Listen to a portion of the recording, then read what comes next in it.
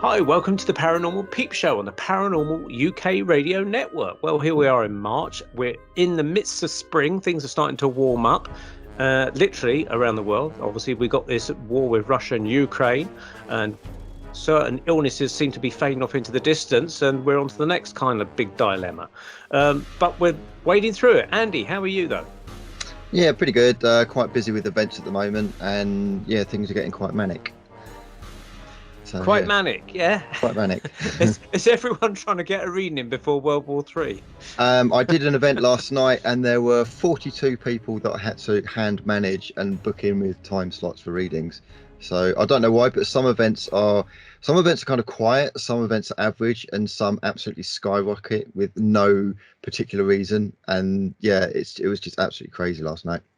Okay, so for those that don't know what Andy does, he organises tuned-in events, which is basically out in the public psychic readings at pubs, venues, that kind of thing, isn't it?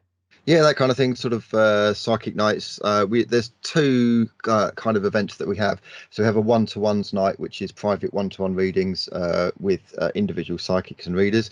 And then we have audiences, kind of clairvoyant audience demos as well. We actually did both last night, and they were in a conservatory area of a pub in Essex. I don't know why, but Essex is quite popular. For some reason, they quite like psychics out there. So Essex we do quite well. So this little conservatory of a pub, we had loads of people come in, about 42 people booked in, and I think a few more actually turned up on the night as well, randomly. And we had I think it was 7 readers and a load of little one-to-ones beforehand.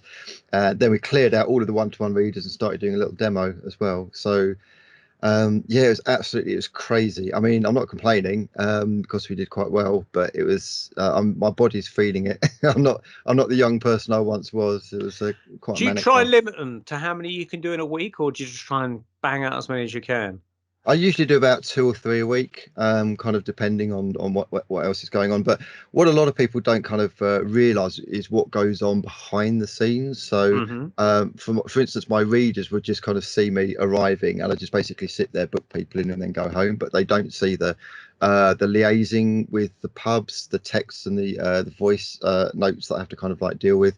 The posters, the banners, printing out the dates, going to the venues, putting the signs up in the pouring rain, much to the amusement of some of my readers who like the fact that I have to stand in the pouring rain putting up banners. It's still nice, though, that you're putting up banners, physical banners, rather than just chucking stuff on the internet, so people see it as they drive or walk past, you know? Well, this is it. Yeah, I mean, I think most people that come to our events really do so having seen the banners outside. It's a case of most people will be not so much kind of randomly passing, but when you get a pub that's on a choke point of traffic, like a roundabout or something, and you get a lot of traffic coming past, you'll see, from a distance, people see the banners, and it will kind of like spark their imagination to maybe go and investigate. And I've done some venues where we weren't allowed to put banners up, and they've completely flopped. So I never kind of like listen to a venue who says, "Oh, don't worry, we'll just self-promote it. We don't need banners," because they just collapse, and They have no idea, do they? they have no idea. Yeah. Do you get any complaints from, like, I mean, I've always been to some places like spiritualist churches and things like that, and I've come out and found like little kind of religious notes on my car, you know, worship Jesus and that kind of stuff. You're a sinner, etc. Do you get any hassle from Christians? I'm kind of disappointed that we don't. I actually went to somebody else's psychic fair once. I won't mention them, but because I actually started off doing one-to-one readings as a reader myself once, and there was a little group of Christians in a corner of a pub kind of praying for us, apparently, which is fair enough. Go for it, pray for it. But in terms of my actual events, no, not yet. We haven't. Something that has happened, we have done a local pub, quite local to me, where we went in there, and I was told by the pub manager that the local vicar went in there and did a blessing the day afterwards, to clear out all the demons and devils or whatever it is that they think that we're bringing in. And he probably had a swift drink whilst he was there. Yeah, this is it. Yeah, that was quite funny. That was amusing. But no, we've not had any protests or anything. I don't know if I'd find it annoying. I probably would find it annoying, but I'd probably find it quite funny actually if that happened. I mean, the thing is, I remember years ago there was like a mind, body, spirit shop that opened up near where I used to live, and I found out about it because it was in the papers. And the reason it got into papers is it's because there was all these Christians trying to shut it down, so it made the papers. And so that actually attracted me to go to the shop and find out more about it. So I went to the shop, got to know the people and things like that. And they said, yeah, there's all these Christians trying to shut them down. And I think within about 2 years they did get shut down because it was a very, very conservative type of area. Yeah. And it was too quiet in the shop. They would have been done better on a much busier high street. But I praised them for the fact that they kind of did their best, I suppose. But it's amazing how these alternative Christian places won't tolerate any other ideas. And yet, I suppose if a mosque had opened up in their high that'd street, be fine. they would have let them fine, no problem. Yeah. It really does annoy me, and this is why even as a youngster, when I was 20, I'd end up having endless debates with Christians on high streets and stuff like that. I mean, I remember once I was having a debate with this Christian who had his stall there with all his leaflets and banners and things like that, and I started asking him questions about Genesis and stuff like that. And this Indian guy came up and started listening to us talking, and so then he started to join in the debate. And I was saying one thing, and the Christian was saying, I think, was going backwards and forwards.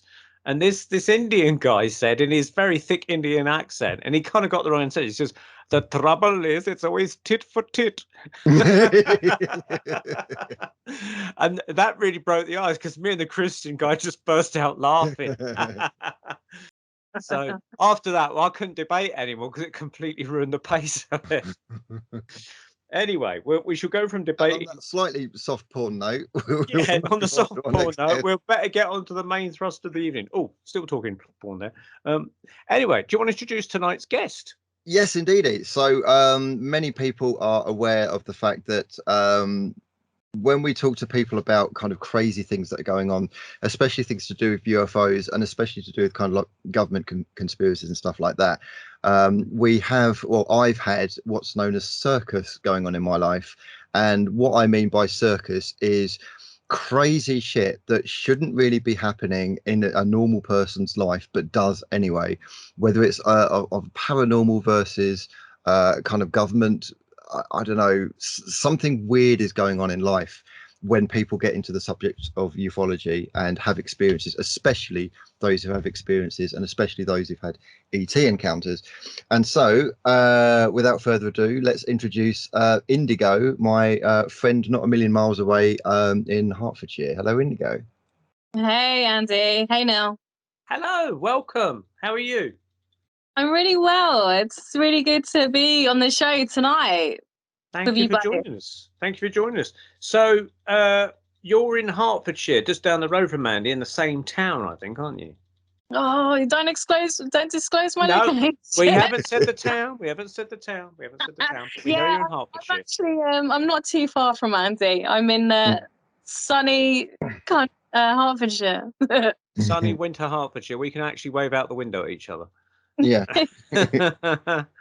So you talked with Andy about the strange clown world type stuff. How does that tie in then with tonight's discussion?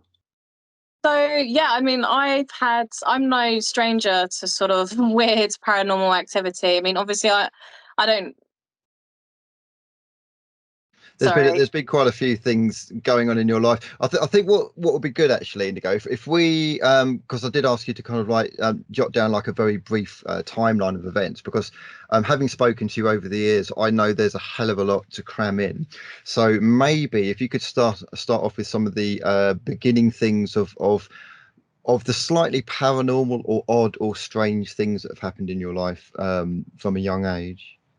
I mean, I'd probably go one step sort of further. I would probably start with the fact that I'm a psychic medium. That's what I'm known for. That's kind of what I based my whole career on for the last 15 years. However, as a psychic medium, I don't just deal with the spirit world. I understand that there is more than, spirit. I am a UFO contactee. I've experienced UFOs. I do house clearances. I do attachment release. I've studied in the demonology side. So yeah, I mean, there's been a lot there over the years, I would say. I mean, when I first started out, I wouldn't say I was about love and light and kind of angels. I never was really one with a whole kind of spiritual movement. I know a lot of psychic mediums would generally start out in the kind of like churches and platform.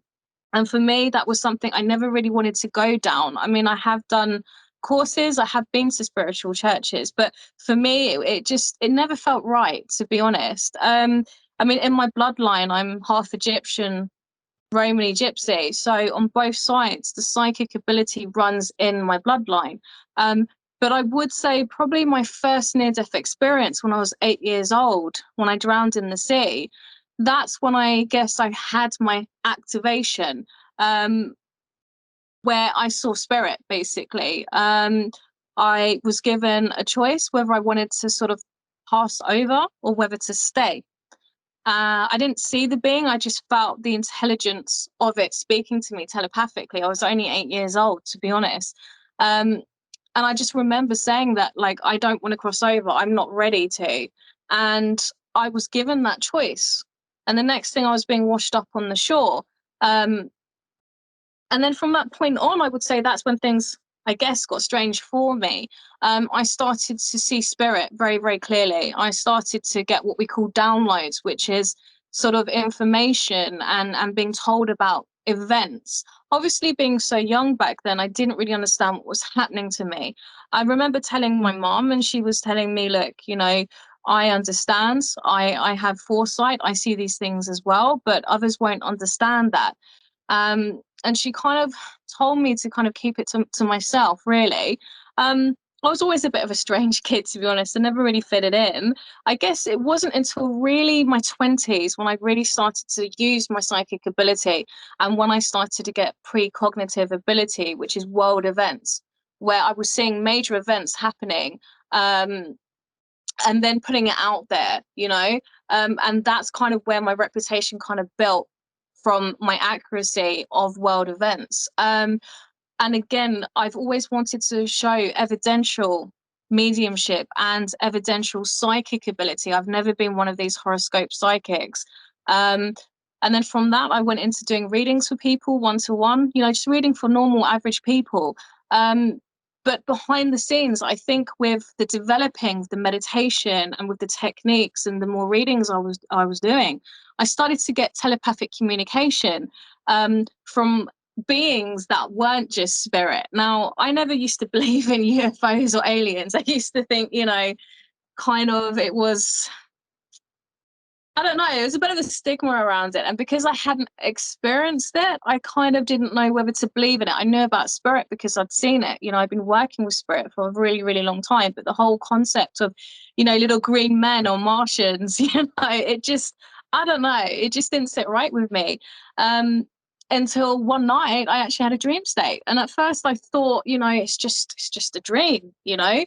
But with the information that I was given, I put it out there, and the event started to happen, which really freaked me out, to be honest, because I was moving into a realm that I wasn't an expert. I had no understanding, and to be honest, it kind of blew my mind. And I think you can understand this, Andy, obviously, because you come equally from a background, and also Neil, I know that you sort of have done sort of psychic and mediumship, and I think for the belief system of knowing spirits and angels and things like that, but then aliens, it's a whole different energy in itself. And it kind of blew my mind, and it started making me question about my reality, which then got me into a whole new journey, I guess. And I think the more I started to go down that kind of rabbit hole, asking questions, you know, then trying to connect deliberately to get the downloads, that's when really weird things started to happen around me. So what sort of age were you when you first had when did you have that dream, when you met the being, and what did it look like? Was it a typical grey, or could you see it or not see it? No, it wasn't a typical grey. See, this is another thing for me which was difficult, because I think there is a lot of press coverage and a lot of knowledge around greys, and people generally talk about the greys, right? And obviously, coming from a sort of a psychic and mediumship background, I really didn't know, I didn't have anything to base it on. I think what age I was, I think I was about sort of 28, 29. Okay, from when I can remember. And it's interesting. I had just sort of, I've been in and out of development circles, even though I'm a natural born psychic. I always like to kind of hone my ability and kind of, go to different places. And I joined quite an interesting circle. I obviously won't name the person, but they were actually quite out there in the way they taught and spoke about aliens. And that's kind of what drew me, because I was always fascinated, even though I didn't necessarily believe at that point. And I think it was something with that circle potentially, or with what I was being exposed to. Maybe it was the energy with the circle. And I remember the leader of the circle, she kind of had a download, and she said to me, "You do realize, Indigo, you're going to start getting alien communication, and your ability, you're going to start using it for really kind of deep things." And I didn't really understand, and I didn't really believe her at that time. But she said, "Be warned." She said, "With your visions will come problems, and you're going to have strange events, like you say, Andy, the circus happening around you." And I laughed it off. I didn't know what to think. And then 2 nights after she told me that, that's when I had the dream. So going back to sort of what did it look like, I think it wasn't a great, after doing research, obviously after the years, it looks more kind of like Avatar-ish. I didn't see its blue type being. No, it was. So I only saw its kind of head and its shoulders, and it kind of looked, I guess Avatar-ish, but it had kind of different colors on the side of its face. It was kind of scaly. It had reds, greens, and blues on one side. And I don't know if you've seen the film Avatar, but it kind of looked that kind of image in a way. But it wasn't physically talking to me as we are now. It was talking to me telepathically, and it was showing me codes and symbols and telling me to go to a location. And if I go to the location, I will be shown something. So that was the first kind of weird dream state or encounter, I guess. But over time, I would say that I've had communication from the Cyrus energy, or the blue beams, the Syrian, the Cyrus energy. And again, for me, I'm half Egyptian. So after doing research and trying to understand and piece this together, it kind of made sense why I was having that energy kind of come in, because they're linked with ancient Egypt, Atlantis, and my bloodline. So I moved into also sort of the shamanic sides as well, and energy healing. And I think as well, part of my energy healing and the activations have been aided by the UFO contact. They've been helping me with my healing, and also with my world events. I really do feel now it's not really spirit telling me. I feel they're giving me downloads of these world events. So focusing just on the kind of like the childhood side of things, would it be fair to say that up until around the age of 29, there either wasn't any UFO contact, or there wasn't anything of a alien nature during that period?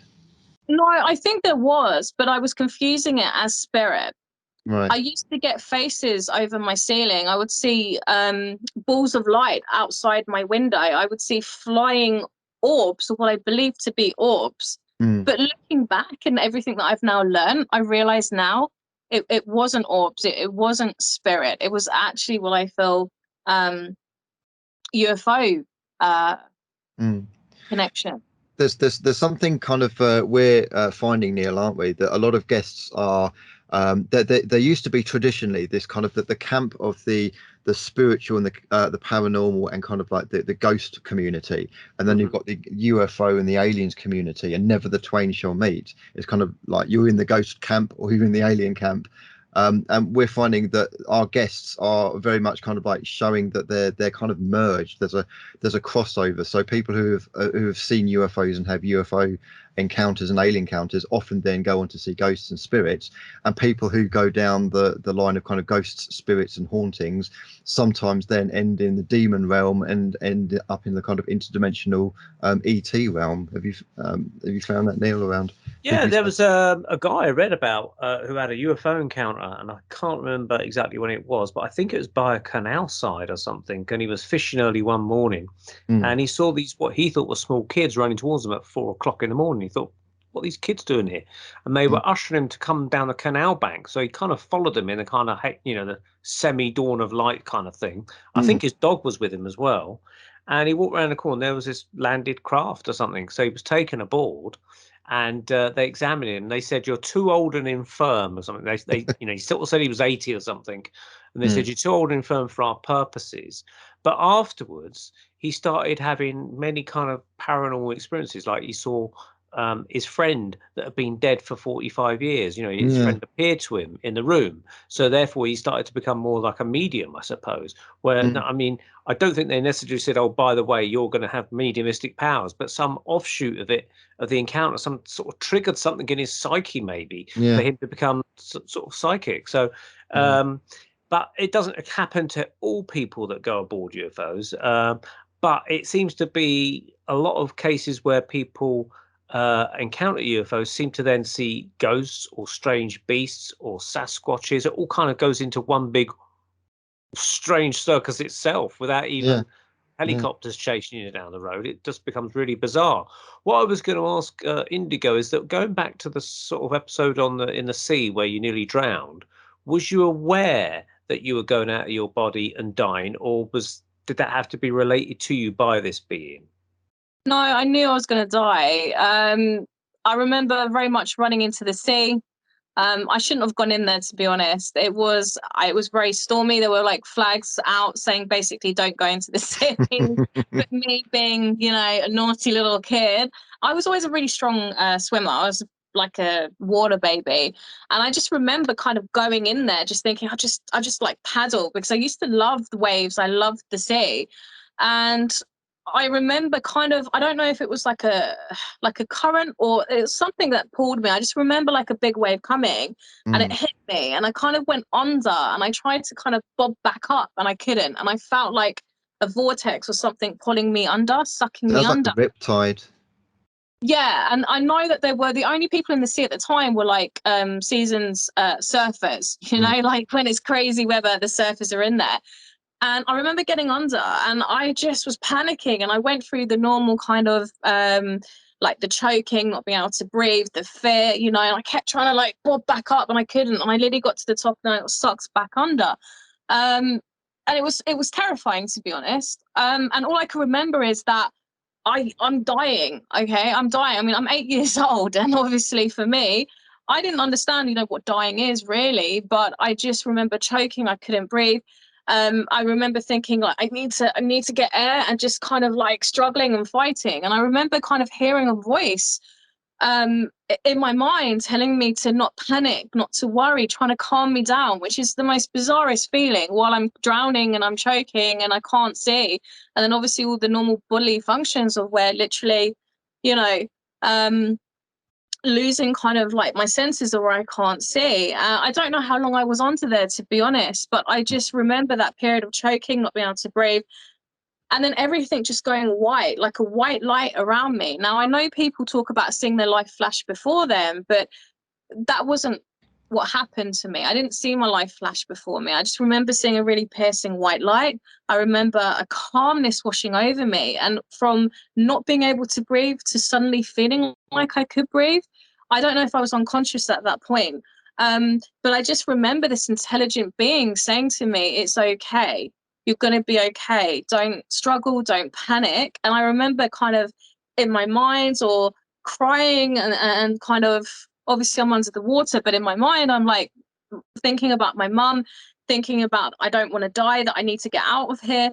And then I remember feeling like something was trying to erase my mind, like my memory banks. It was almost like I was starting to forget who I was or forget these memories. And this higher being was trying to literally erase my mind. And I was fighting it. And I was like, I'm not going to forget this. And it was saying, you need to relax. You need to let go. You need to allow us to do this. We're helping you. And it was almost like everything was being wiped, to the point of where it then started to try and wipe my mum, my connection with my mum, my dad. And I was fighting it. I was refusing. And I'm like, I was just calling out to my mum, and it was saying, you have a choice. Do you want to come to the white light? And then I felt like peace wash over me, like never before. I'm 8 years old, so obviously what is peace? Like, who knows? But I just remember this feeling, and it felt calm, it felt peaceful, it just felt stillness. I couldn't hear anything anymore. Before, it was the sea, it was the bed, I was being kind of dragged underneath it, and then the next thing, it was quietness. And then I just remember in my mind, I was just saying, no, I don't want to come, I'm not ready to come. And they said, then if you go back, you won't return, we can't take you with us. And I said, I want to go back. Then I remember feeling, now whether this actually happened or not, I don't know, but it felt like I'd been lifted out of the sea, like carried by something, and then suddenly lifted up into the air. And then I was placed onto the shore. And the next thing I remember is just having people screaming and shouting and shaking me and trying to wake me up. And my dad's kind of running up, panicking and grabbing hold of me and saying, am I okay? Am I okay? And then them calling an ambulance. And I just remember waking up and I'm on the shore. However, I remembered exactly what had happened. And when I opened my eyes, I didn't see the being, but I felt it still with me. And then obviously I was really, shaken up. And then I remember after going to the hospital and then coming out of that, I remember my mum putting me in the bath. She was bathing me. I had all cuts and I was all scratched up, and she was talking to me about what happened. And she was saying, she was so lucky that, I could have died, that they nearly lost me, that I should never run off again. And then I remember just sitting in the bath, and I looked up at her and I said, Mom, I want to go back. I want to go back. And she's like, what are you saying? And I'm like, I want to go back. I feel sadness. And I started to cry. And she's like, I don't understand. Like, and I told her, obviously, what I'm saying about this intelligent kind of life force and the white light. And she was just saying, look, you're very stressed out. Just, let's not talk about this again, sort of thing.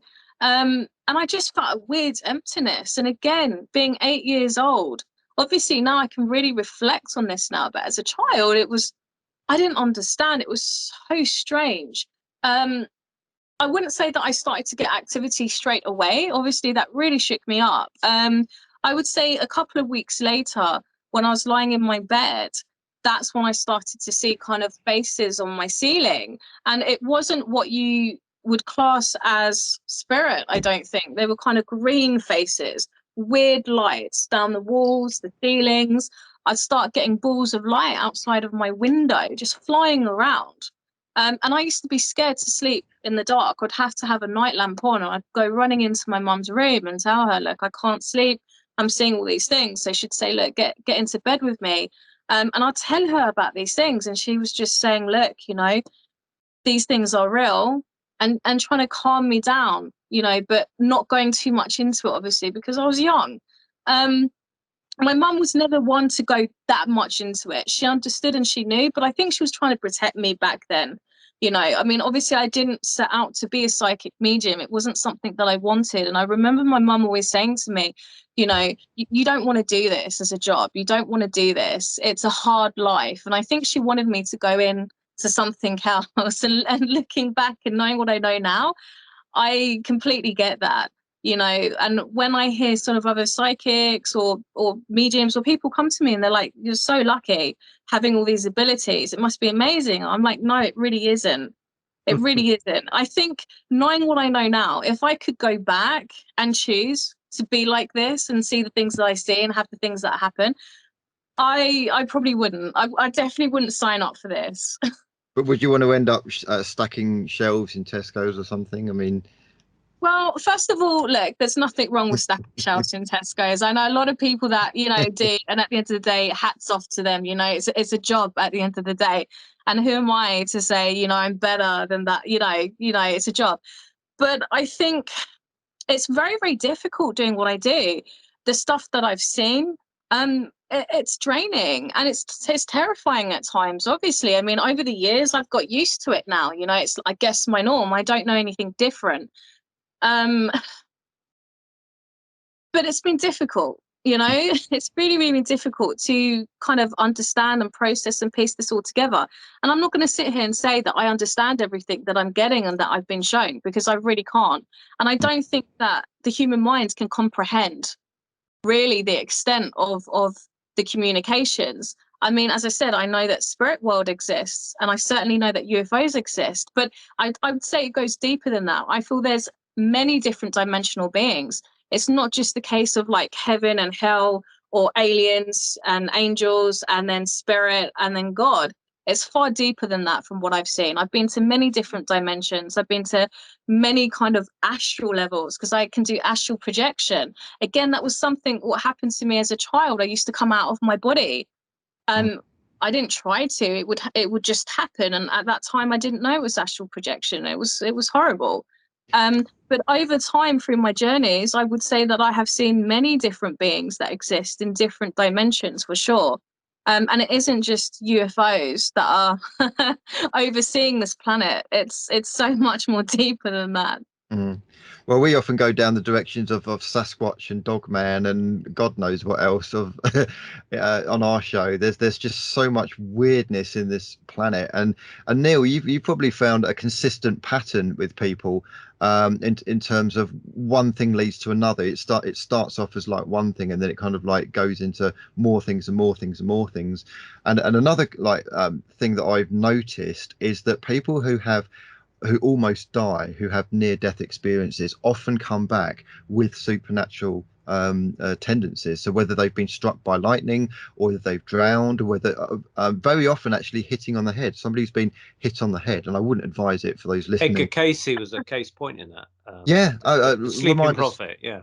Remind us of Edgar Casey. Okay, he was a guy. He was a family photographer in America, and he.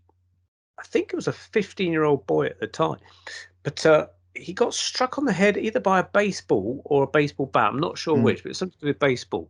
And it knocked him into a coma for about 8 or 9 days. And they couldn't rouse him from it. And he was just laying on this couch. And after about the 6th day, this voice came out of him and basically talked to whoever was like tending to him and sort of gave them the treatment of how they could bring him out the coma. Wow. And it wasn't Edgar Casey, but it was some other voice, super consciousness, spirit guide, whatever you want to call it. I don't know. But and so they followed the instructions, and he did eventually come out of this coma. And then as time went on, he was able to slip into this kind of trance-like state, and this being, voice, whatever, would come through him, and he would kind of diagnose people's illnesses and tell them what they should do to actually heal themselves, like take this, take that, or visit that spa, or drink this water 3 times a day, or whatever it may be. I remember there's an interesting case where he was given a reading to someone and says, you've got to take this particular drug for whatever condition they had. It's not actually manufactured anymore, but I can locate it for you. And basically this spirit, whatever, went off to this place in Germany and said it's at the back of this shelf in an old pharmacy in this street in Germany, in the town, and that's where you'll get it. And these people, somehow contacted this pharmacy in Germany and managed to buy this drug off them that they had long forgotten. It's at the back of their shelf. That was the kind of guy he was. But he also talked about reincarnation and Atlantis and ancient Egypt and that kind of stuff. He had predictions as well. So it wasn't a case, he wasn't just a diagnostic kind of healer, but he had everything. That's why he's known as the sleeping prophet. He would go into a trance, make predictions, do psychic readings for people, everything like that. But his day job was that he was a family photographer taking photographs. So he had a very kind of ordinary job. But on the other side of the coin, he was an extraordinary psychic. There's been many books, and there's even an Edgar Casey Foundation in West Virginia Beach, I think, in America, where they've got all his readings there for anyone that wants to tap into it. And lots of people go there for healing because they look at the readings and think, oh, that's what I suffer from. And he gives a diagnosis of someone from 1933, and they follow that instruction. Hey, presto, they come out on top as well, Very interesting guy, yeah. So but yeah, like you say, that occurred with a knock on the head. Philip Kinsella, our friend Philip Kinsella, he had a drowning experience in a swimming pool in South Africa. It's weird, isn't it? I have a theory that what might be going on is that when we're born into this world, obviously we come from either spirit or some kind of dimension or something that's kind of like not of planet Earth.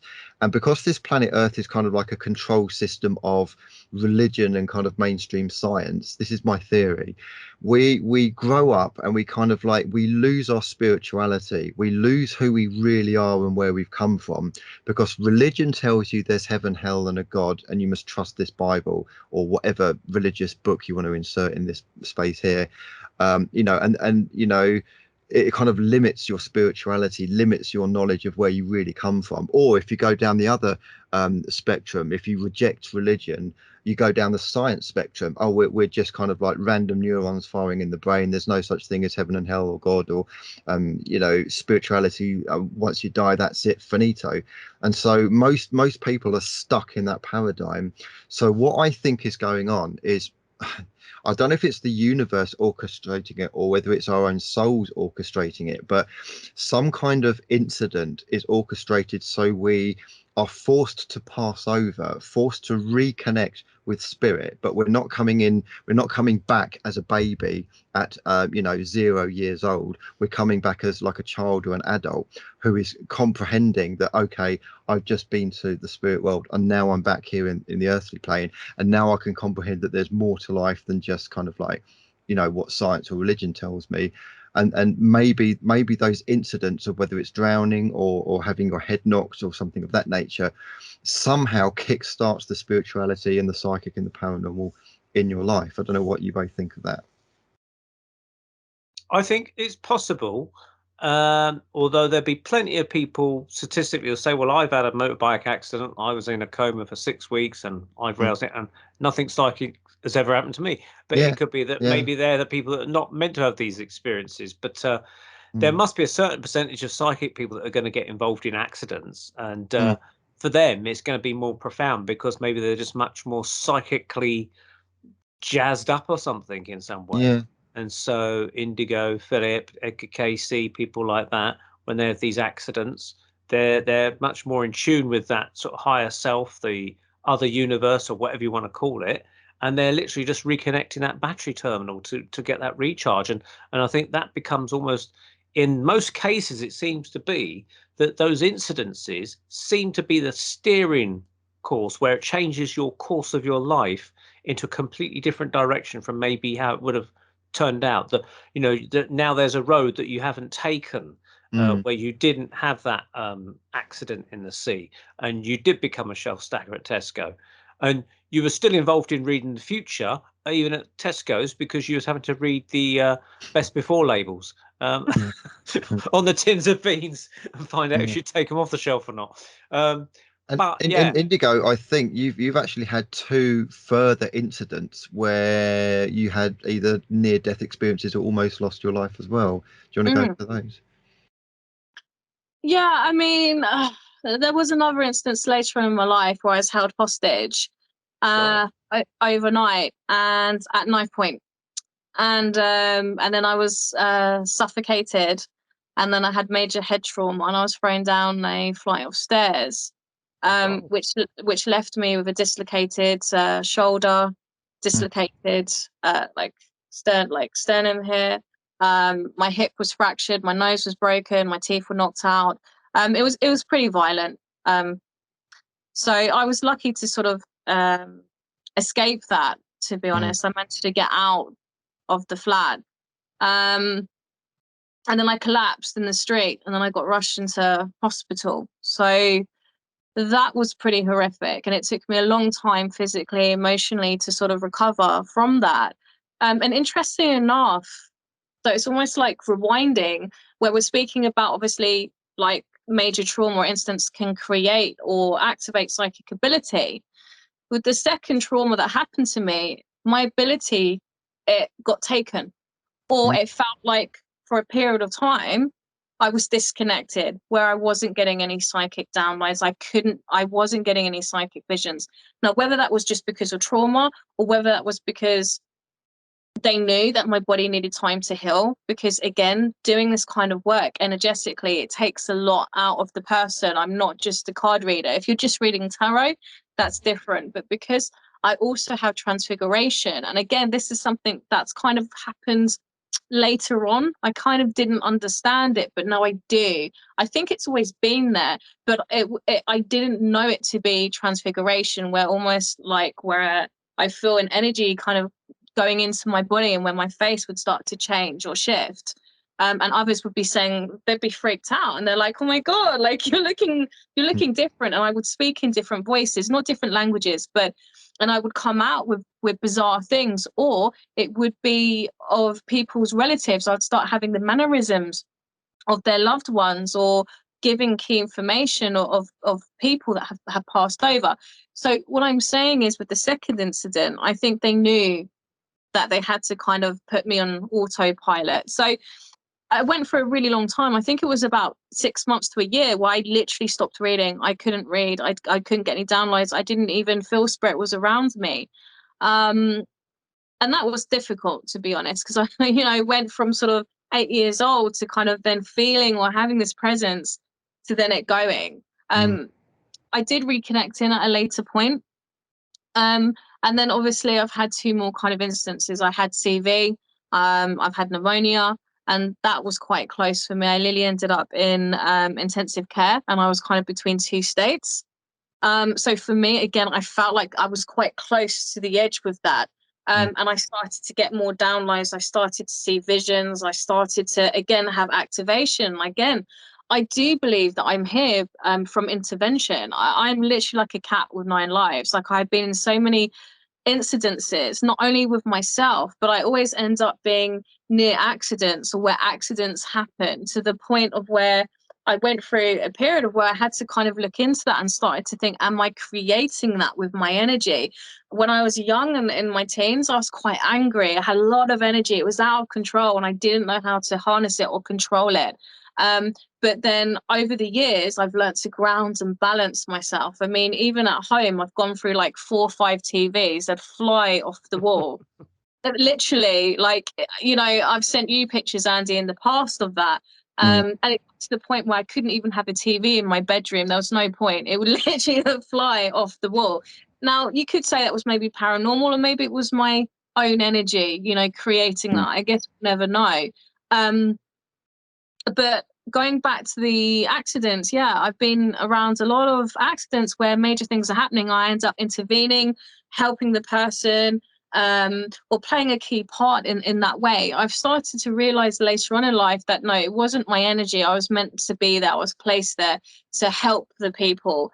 But also with myself, I would say that definitely with the incidents that have happened, and the third encounter, I was in a car accident, a car crash. I was it was a near car accident. I was on the back of the seat and I was asleep. And I remember being shook awake, and I heard the voice, again, the same voice as I heard in the sea, saying, you've got to wake up, you've got to wake up. And I remember waking up and suddenly seeing a car coming at the vehicle that we were in, like at lightning speed. And all of a sudden I screamed to the person who's driving. I'm like, look out. And then they quickly looked around, and then all of a sudden we felt the car get lifted up into the air and then moved, literally. I know this sounds crazy, but lifted up. As we got lifted up, the car missed us by inches and crashed into a tree. It was being chased by the police. And we swerved and we kind of crashed into the roadside on the other side. So that could have been fatal, literally. Like, if that had hit us, it would have killed us. It would have killed me. I had no seatbelt. I was in the back. And if I hadn't have been woken up at that time, the driver was really shook up. And, they were like, they just could not believe what had happened. And we all felt in the vehicle that we were lifted up. We didn't see what lifted us up. We just saw a bright light and we were lifted. We felt literally like we're lifted. Now, again, devil's advocate, you could say that maybe we swerved, maybe, shock. I don't know. But it was near impossible to, at that speed, to quickly move. It was like we moved out of the way really quickly. So basically something intervened, something kind of like I believe that, and everybody in that vehicle believes that. 100%. So shall we I think, have we covered most of the let's go let's just say pre age 29. Have we covered most things pre age 29? Were there any ghost incidents specifically, or apparitions, or poltergeist activity, or anything that we've missed for that? Yeah, I mean, as I said, with the TVs flying off the wall, and I would have kind of like weird phenomena of lights being turned on and off, and like light bulbs. I went through a phase of where I keep blowing light bulbs everywhere in all the rooms. Yeah. But again, you know, I just because I'm a psychic and I believe in this stuff, I don't like to just jump to, oh my God, that's paranormal. You know, there could be reasonings for that. But I do think I put that down to probably poltergeist activity. It sounds like poltergeist energy. to me, yeah, due to my energy back then. Yeah. I do remember waking up. I would see apparitions over my bed all the time, as I said, even, you know, from a little girl, like the faces on my wall, on my ceiling, not being able to sleep with the. And would the faces be people that you recognise, or people that are completely random? No, they were random. They didn't even look human. Wow. Okay. I was so terrified and didn't like sleeping with the light off, and I would sleep with my mum until I was quite old, to be honest, in the bedroom. So when you say they're not human, can you give a description? Would you say they look alien looking, demonic looking, or what description would you give of them? I wouldn't say they're demonic, because obviously later on in life I now know what sort of entities and demons look like, because I've moved into sort of entity removal and extraction work. Obviously now being a trained shamanic practitioner. And I think that led me onto that path because of the nature of what I've been seeing. They weren't greys. They didn't look human. They were strange looking faces, different colors, weird shapes. I would see kind of flashes of light flying across my room, and the faces, it's really hard to describe, but they definitely weren't human features. I guess, again, looking at what I have seen with sort of the UFO sides, or what I call the star being, because I think a lot of people talk about the little greys, right? But for me, I haven't really encountered the greys. I haven't. Probably a good thing, but myself and Neil are very aware there are many different species, including human hybrid type species, and you've got Nordic species and all sorts. So I mean, I have been taken onto a ship, and I have seen activity on the ships. But again, my encounters have been a little bit different to, I guess, what is put out there in the mainstream. But that happened later on. That wasn't in my 20s. That was in my 30s, when I guess I've been taken out of my body. I mean, I've woken up and I've literally been on my ceiling spinning around and seeing like a wave of green light around me, like electric green light, and going into my body. And again, hearing the voice in my head telling me, keep calm. We're doing an activation. We're doing a cellular upgrade. And feeling pain shooting all in my body, and getting tingly feelings and losing complete track of time. And then seeing myself in a bird's eye view on my ceiling, but then my body in the bed, but my body's on the ceiling. It's bizarre. And then waking up and it's 4 o'clock in the afternoon, and thinking like, what has gone on here? And each time that these things have happened, or I'm getting the telepathic communication, or seeing these codes or these symbols, I would say that my psychic ability has increased and my healing abilities have increased. And again, I find that these beings come to me before major world events. They will show me in dream state, or they'll show me visions. They'll guide me, or I'll see it playing out like a film. And then within sort of 2 to 3 days, anything up to a month, then the things will start to happen. So let's get into the meat and vegetables of it. What was your first inkling or first signs that you had a little bit of circus entering your life, shall we say? That's a good question. I would say probably when I started to get black helicopters outside my house, and the lights through my window, and getting weird phone calls in the middle of the night, and literally having strange people ringing on my doorbell at random times of the night, doing welfare checks, or okay, let's slow it down. Let's go one thing at a time. So this is after the UFO experience, I'm presuming. Yeah. This wasn't before. I mean, actually, when that happened, and Andy, you'll know this as well, because we documented it. Where it really started to go quite crazy was after I left the psychic, well, not psychic group, but I got kicked out of the. Let's call it a spiritual group. The spiritual group, of where then the leader had sort of had the downloads and said, look, your life's going to be turned upside down. You're going to start having channeling ability. You're going to connect with UFOs. And it's going to get crazy. What year was this roughly? Oh, God. It was probably about 8 years. potentially. Which is funny enough about the same time we met. Yeah, I mean, I think we'd known each other a little bit longer because I remember telling you about it, you know, and you were like, this is going to get interesting. And then I would say that night I had helicopter, and I, you know what, I didn't think much about it, right? Helicopters. I just thought maybe it's a police helicopter. There's nothing, you know, it's just a helicopter. But then after having the lights shone through my window, it was a bit weird. But again, I just kind of put it to, you know, maybe there's someone on the loose that night. But then after that, it was almost like every other night, this black Apache, it was an Apache helicopter, would literally be circling around my flat. Yeah. It was bizarre. And literally the beams would be coming through my window. Yeah. Neil, does this sound familiar to you? Yeah. I mean, your neighbours, did they talk about it the next day and sort of say, what's all this? Is that something you know about? I mean, did you kind of say, I think it's to do with me, or did you just deny all knowledge, or what? No, like, again, I really had a good relationship with my neighbour downstairs. I mean, she kind of knew about some of the things, obviously, because I was in a flat, so she was below me. So obviously she's heard like buzzes and stuff. And at that time I was single. So we'd look out for each other. So obviously, you know, when she's hearing random buzzers, because all our buzzers were connected, or people, strange men knocking on my door asking, you know, to be buzzed in, she's going to be paying attention and asking questions, or if I'm okay.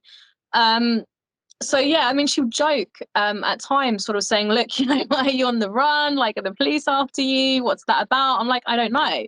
At first, like I said, we didn't think it was anything abnormal. We're just like, maybe there's some weirdo on the loose. But then obviously after every other night getting the same, and it would happen at the same time. And interestingly, again, I went through a phase of where I really was kind of working on my ability, where I was doing a lot of readings, I was doing a lot of meditation, I was diving deep, doing a lot of research, trying to understand kind of what was happening to me. As I said, I understood what spirit was. That was easy for me. But when I'm getting telepathic communication from weird kind of like avatar or kind of like strange looking beings showing me codes that I started to journal and then look into and then find out that they're genuine, they're real things. That's when it started to kind of freak me out. And then I literally would be going out and I'd get stared at from random people. And I know you could say, well, you know, that's nothing new there. People look at people. But to the point where I was getting followed by strange people, they'll be staring at me. Like, I would have weird people coming up to me, like asking me questions about UFOs, asking me strange questions, like in the street. Like, for one instance, I was in Stevenage and I was walking along and this man literally stopped me. He was dressed in a black suit. He was Asian looking, and he stopped me and he said, look, do you have the time? And I, you know, went to look at my watch to give him the time. And as I told him the time, he went and touched my hand. And I was like, what's going on here? And then he said, I know your name. And I'm like, what? And he actually said what my name was, my birth name. And he said, I know that you're getting alien communication. And he said, do you understand why they're communicating with you? And I'm like, who are you? And then he told me his name. And he said to me that I won't understand what's happening right now, but he does, and that there would be somebody else that would make contact with me, and that there would be more downloads to come, and that he travels to different places and he goes to different people. And he said, do I understand what the codes are? And I'm like, what codes? And he said that you're okay until you understand what the codes are, but if you do understand them, that's when you become in danger. I was like, what is happening? This is crazy. Like, is this some crazy man? It scared me, quite frankly. And he said he needed to be going now. And he gave me this weird crystal in my hand and walked off. It was a really tiny little stone. And he said to not tell anyone that he'd spoken to me and that I'm being watched. And I'm like, this is so creepy. I mean, I know it's Stevenage High Street, you know. Obviously I went and told a few people about that, and they're just like, look, get rid of the stone. Like, just get rid of it. Like, that's just weird. And again, and then after that, I got weird phone calls, literally people ringing me up, again, putting the phone down, withheld numbers, ringing me, asking me, am I okay? Welfare checks, ringing on my doorbell. Again, a man turns up in a suit, 2 a.m. in the morning. Again, it might have been a wrong number. But again, he knew my name. He was asking if I was there. My neighbor took the buzzer and said, no, like, who is this? And he said, I need to speak to Indigo.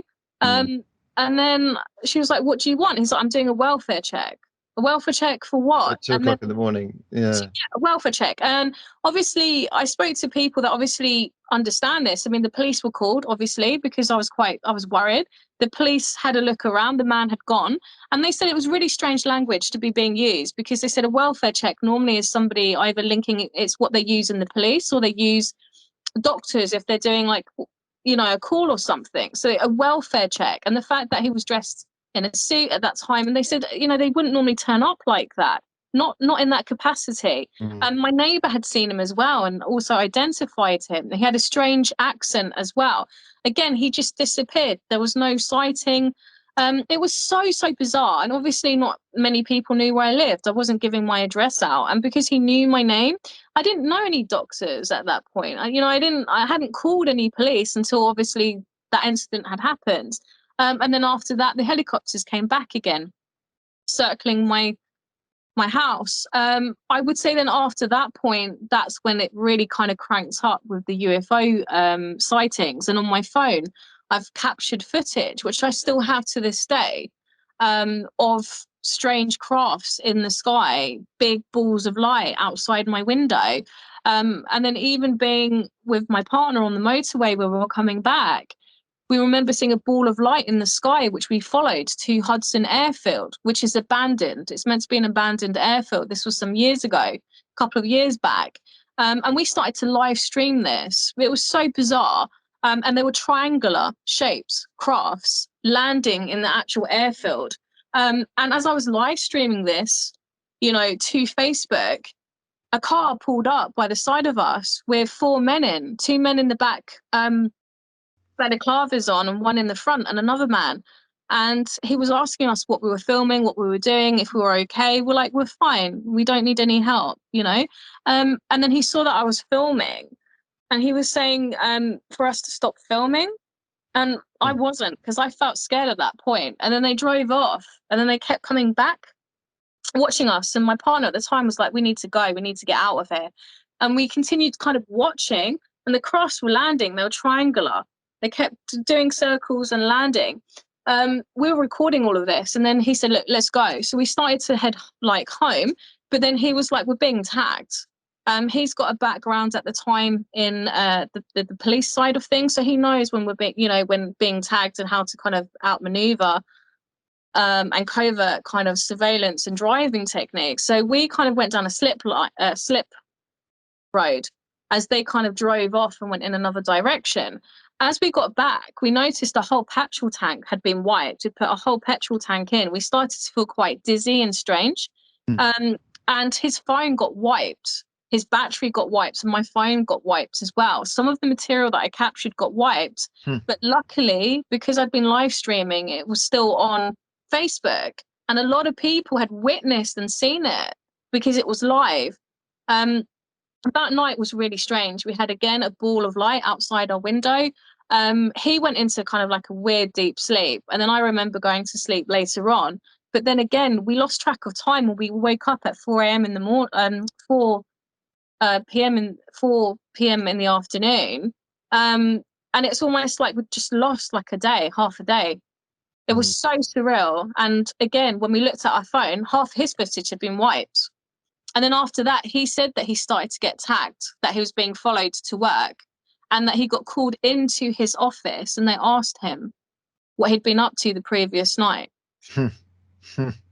He started to get questions. Wow. And he started to have issues at work. Obviously can't disclose kind of everything that he worked in. I mean, he's not in that line of work, and obviously I'm not gonna, it's up to him to sort of discuss that side of things. But again, that's when things started to get weird. Like for him, he was always quite open-minded, and I think he always thought I was quite eccentric. But then after getting with me and actually seeing it with his own eyes, he was like, this is some weird stuff. Neil, does the helicopter things ring any bells with you? Yeah, it sounds intriguing. Do you remember some of my experiences?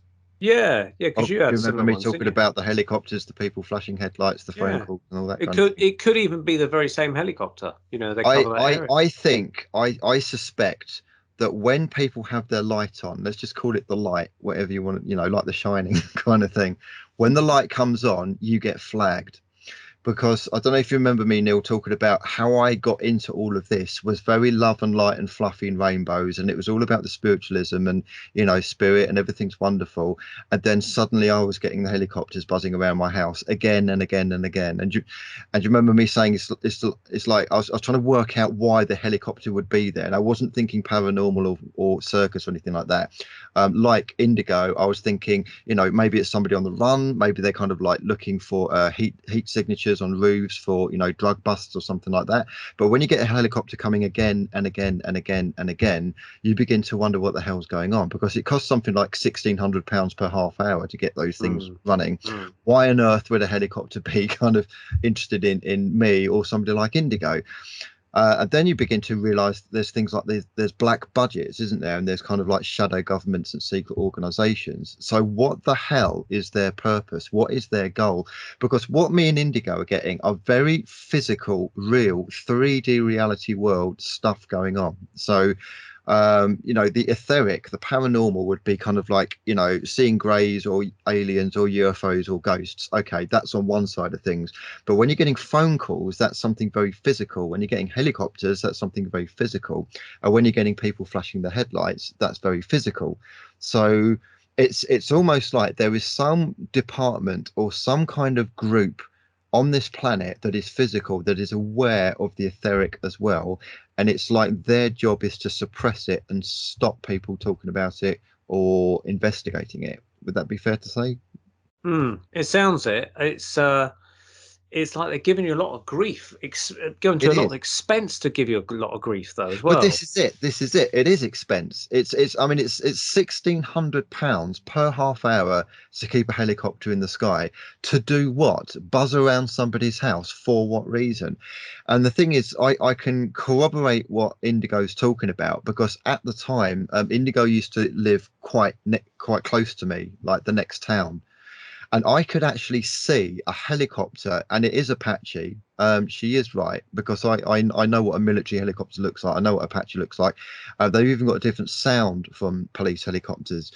I would see this Apache buzzing over the town in question, and I would actually text Indigo, and you probably remember me texting you, Indigo, and saying like, they're above your house, aren't they? And you'll be texting back, yeah, they have been for the past 10 minutes. We'd have a lot of messages backwards and forwards, because again, we would be getting this a lot, and often again, I don't know if you remember this, but when we'd meet up, and especially coming back from being to the UFO Academy, we'd been to your talk now. Do you remember that time when we did the psy cards, Andy? Yeah. When you did the psy card test, and I scored kind of like. Yeah, let's go into that. So tell you what, we're coming up to a break. Okay. So maybe we can talk about that after the break. Okay. Because there's still a lot of questions I'd like to ask as well. But I know that if we talk now, we'll go way beyond our thing. So I think it's time that we had a quick 2 or 3 minute break, and we'll be back more with Indigo Phoenix on the Paranormal Peep Show.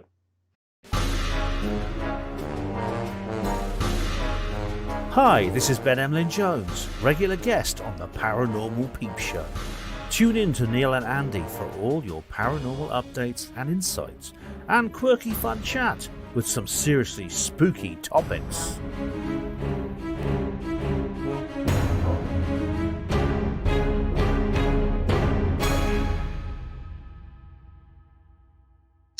Hi folks, welcome back to the Paranormal Peep Show with myself, Andy Chaplin, Neil Geddes-Ward, and our guest Indigo. Now you'll probably see on my left, right, that shoulder there's a little woo-woo UFO there. Neil, I think you wanted to ask Indigo something about her UFO experience, didn't you?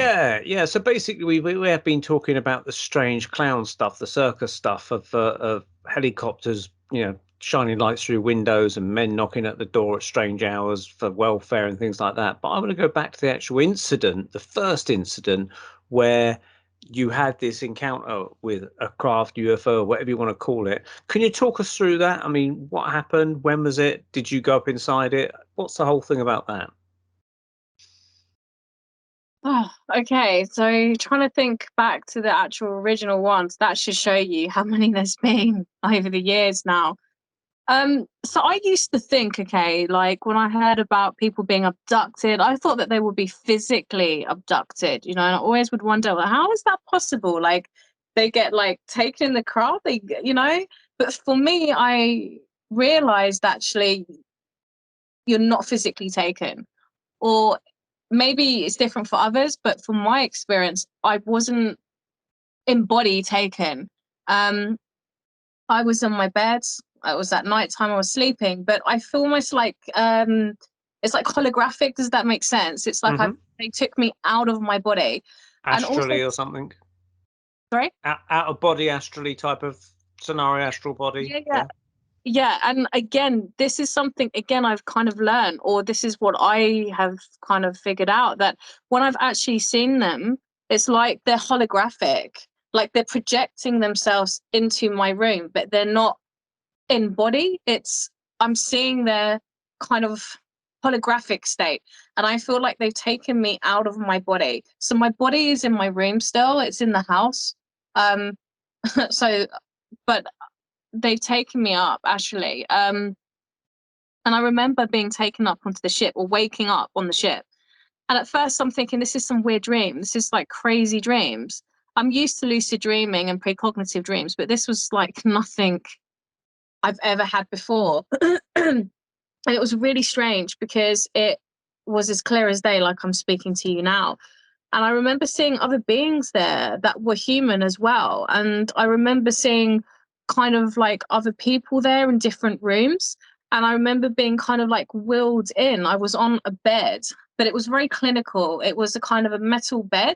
And when I was taken into a room, again, it was almost very blank. And they had doors, but again, not handles. It's almost like where they're lifted up and down, and they can only be lifted with, again, telepathic communication. And for me, it was quite distressing. I remember kind of just waking up and like asking, why am I here? What's going on? But the strangest thing was, it looked like there were normal doctors around me. I couldn't see their faces. I could only see half their faces, but they looked human to me, or the people, the team that were around me. What I now believe were that there are actual humans, or there are professional people working with them that are maybe hybrids, or that are actual humans. And again, I saw other beings in the background that were more like hybrids, that looked kind of human but weren't. They had human features, but other features that weren't human. They weren't the Greys. Again, these were different kind of like beings. They looked, again, quite reptilian or avatarish, but with kind of human features. And I remember them doing stuff on my body. I can't remember exactly what it was, but I felt like they were putting something into my body or doing something energetically on there. And I just remember kind of trying to communicate, asking, why am I here? What's going on? And they're saying to me that I won't remember fully, but I will be coming back again, and they're going to make more contact with me, and to relax and to lay still, and that they're going to help me with my abilities. That was the first encounter. And then I woke up in my bed and I was like, that's some crazy dream. I went to the toilet and I had marks on my arms and on my legs, and I had bruises that had come up, and I wasn't feeling too good. And I felt very, very weird, kind of just not right. And then over the days after that, I noticed that my senses really increased. Like I became really sensitive to daylight. I couldn't handle being out in the daylight. Like daylight was hurting my eyes. Noises were amplified tenfold, to the point I couldn't be outside. It felt like noises were crushing my head. I started to get, again, major downloads, really strong psychic visions, really deep information that was all sort of accurate when I was giving sort of readings and things. And this went on for a few weeks, where I just felt really strange, and I literally kind of locked myself away. I kind of went through a phase where I couldn't even leave the house. It was just too much sensory overload, where it felt like my whole body was just increased by tenfold, with different senses, different feelings. And then there was kind of like a break of, I would say, maybe 6 months where I felt like there was no activity at all. And again, you know, just psychic ability sort of stayed the same, I guess. And then there was another encounter that I remember, again, waking up on my ceiling and again seeing green light. Generally, before I see them, it's almost like a wave of like neon green light that kind of floods the room, or where I'm like between a sleep state and awake state, where then again I'm being lifted up and kind of spinning, and again something happening, like a frequency or a pulse going through my body. And then I remember again being up on the ship or waking up in a room, and again they were telling me that this time that I was going to give birth. Like, and this was really, really, really traumatizing, and I haven't really spoken out about this for various reasons. But they told me that I was about to give birth, and I looked down at my stomach and it was swollen. And I couldn't believe it. And I was saying, what's going on? I can't be. Like, how am I pregnant? How am I about to give birth? Like, who is the father? Like, why am I here? Again, there was like a load of surgeons, a surgical team around me trying to keep me calm. Again, I couldn't see their faces. I could only see half of them. And they told me again that this was going to be over really quickly and that I needed to try and calm myself. And again, I looked to the side and I could see other people there as well going through the same procedure. There were 2 other people that I didn't recognize. There was a man and then there was a woman who was also about to give birth.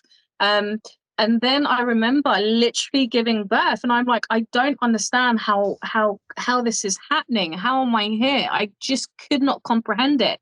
I remember screaming and trying to get up and to get out of there.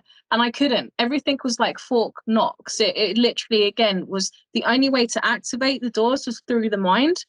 And there were these beings coming in. And again, they were opening it and closing it. I remember giving birth and then literally the baby being handed to me. And I'm still in shock. And I remember looking down and holding the baby and it looking up at me. But then within minutes, it felt almost like it had morphed. Like it had aged very quickly. And it looks very hybrid. It looks like me, but it also looked kind of the species that was on the sort of the ship. It was really bizarre. His hair grew really long, really quickly. It was kind of auburn. He had really beautiful, piercing blue eyes. He had olive skin, same coloring as my skin tone. And he started to talk to me telepathically. And he said to me, that he knew what was happening and that it was okay for me not to be distressed, that he was my child, that he was my son, that we would see each other again, but it wouldn't be for a very long time, for me not to be sad, and that he understood the process, but I didn't. And I'm like, I don't understand this. And he had abilities. He said, I have abilities like you, but stronger. And he was telepathically communicating, and he kind of morphed into like a 6-year-old. Jumped up out of my hands, and he was standing in front of me, this big smile on his face. And it was the most craziest thing ever and traumatizing. And he was just smiling. And then he said, do you want to see what I can do? Look at the tricks I can do. And then a ball came flying in and started to bounce up and down. And he was making it bounce with his mind. And then he said, look at this. And then he lifted one of the doors just up and down with his mind, opening it and shutting it. And telling me that he had these abilities, psychic abilities, ESP. And then the other beings came around me and they said to me that I had to understand that this was part of the process and that he was a hybrid and that he is my son. However, it would be a long time before we'd be connected again, and that I could have a few more minutes with him, to talk with him, to hold him, to be with him. But then I had to return back. And I'm distressed at this point. I quite frankly don't know what's going on. It's quite terrifying. I could see other kind of what looked like surgeons or doctors walking around. There was a nurse sitting there. There was other rooms that I could kind of see at the corner of my eye. And I just remember being in so much pain and bleeding down below, and my stomach being really swollen. And he was trying to comfort me, the child. And I just kept saying, I don't understand. I don't understand. And he said, look, I have to go now. I have to go, but it's going to be okay. And then somebody came and they took him and the door lifted. And then the next thing I remember being wheeled out. And then I'm waking up in my bed and I was shaking. And then I thought, okay, that was just a really, really, really horrible dream. I went to the toilet and I looked down. I was bleeding down below. and there was blood in my bed, and my stomach was all swollen. And to this day, it really, really, it traumatizes me. And I haven't really ever spoken out about it because it was that disturbing. It's like, where do you even begin to speak about something like that? The only other person knows is my partner, and he completely believes me because he, at a later point, told me that he's also been taken, and he didn't want to tell anybody because, again, of fear of feeling like crazy or people not believing him. But he's had encounters with more the grey types, of where he said that they've done horrible things like cutting into his body, cutting his legs, cutting his arms, drilling into his brain. And interesting enough, his psychic ability has really kind of gone to another level. Luckily for me, I haven't been subjected to that, but I would say obviously giving birth to a hybrid child was pretty distressing. And I honestly do think that it was real. It was too vivid. It was too much detail. With the child talking to me, it looked like me, but it kind of didn't. It had similar features, but literally with it aging within minutes, and its intelligence was just out of this world. But it knew, it understood, and it was trying to comfort me and tell me that it's okay and not to be upset, to not cry. And sometimes I do think about it and get quite upset, thinking, you know, if this is real, which I think it is, that, you know, there's a child up there that kind of belongs to me in some weird way. After that, I've had encounters. I've never seen him again. He's never come to me in dream state or physically. I've not seen him as of yet. But I have been taken other times after COVID and after getting really sick with pneumonia. I was having a lot of issues with my lungs. I had scar tissue. Antibiotics weren't working.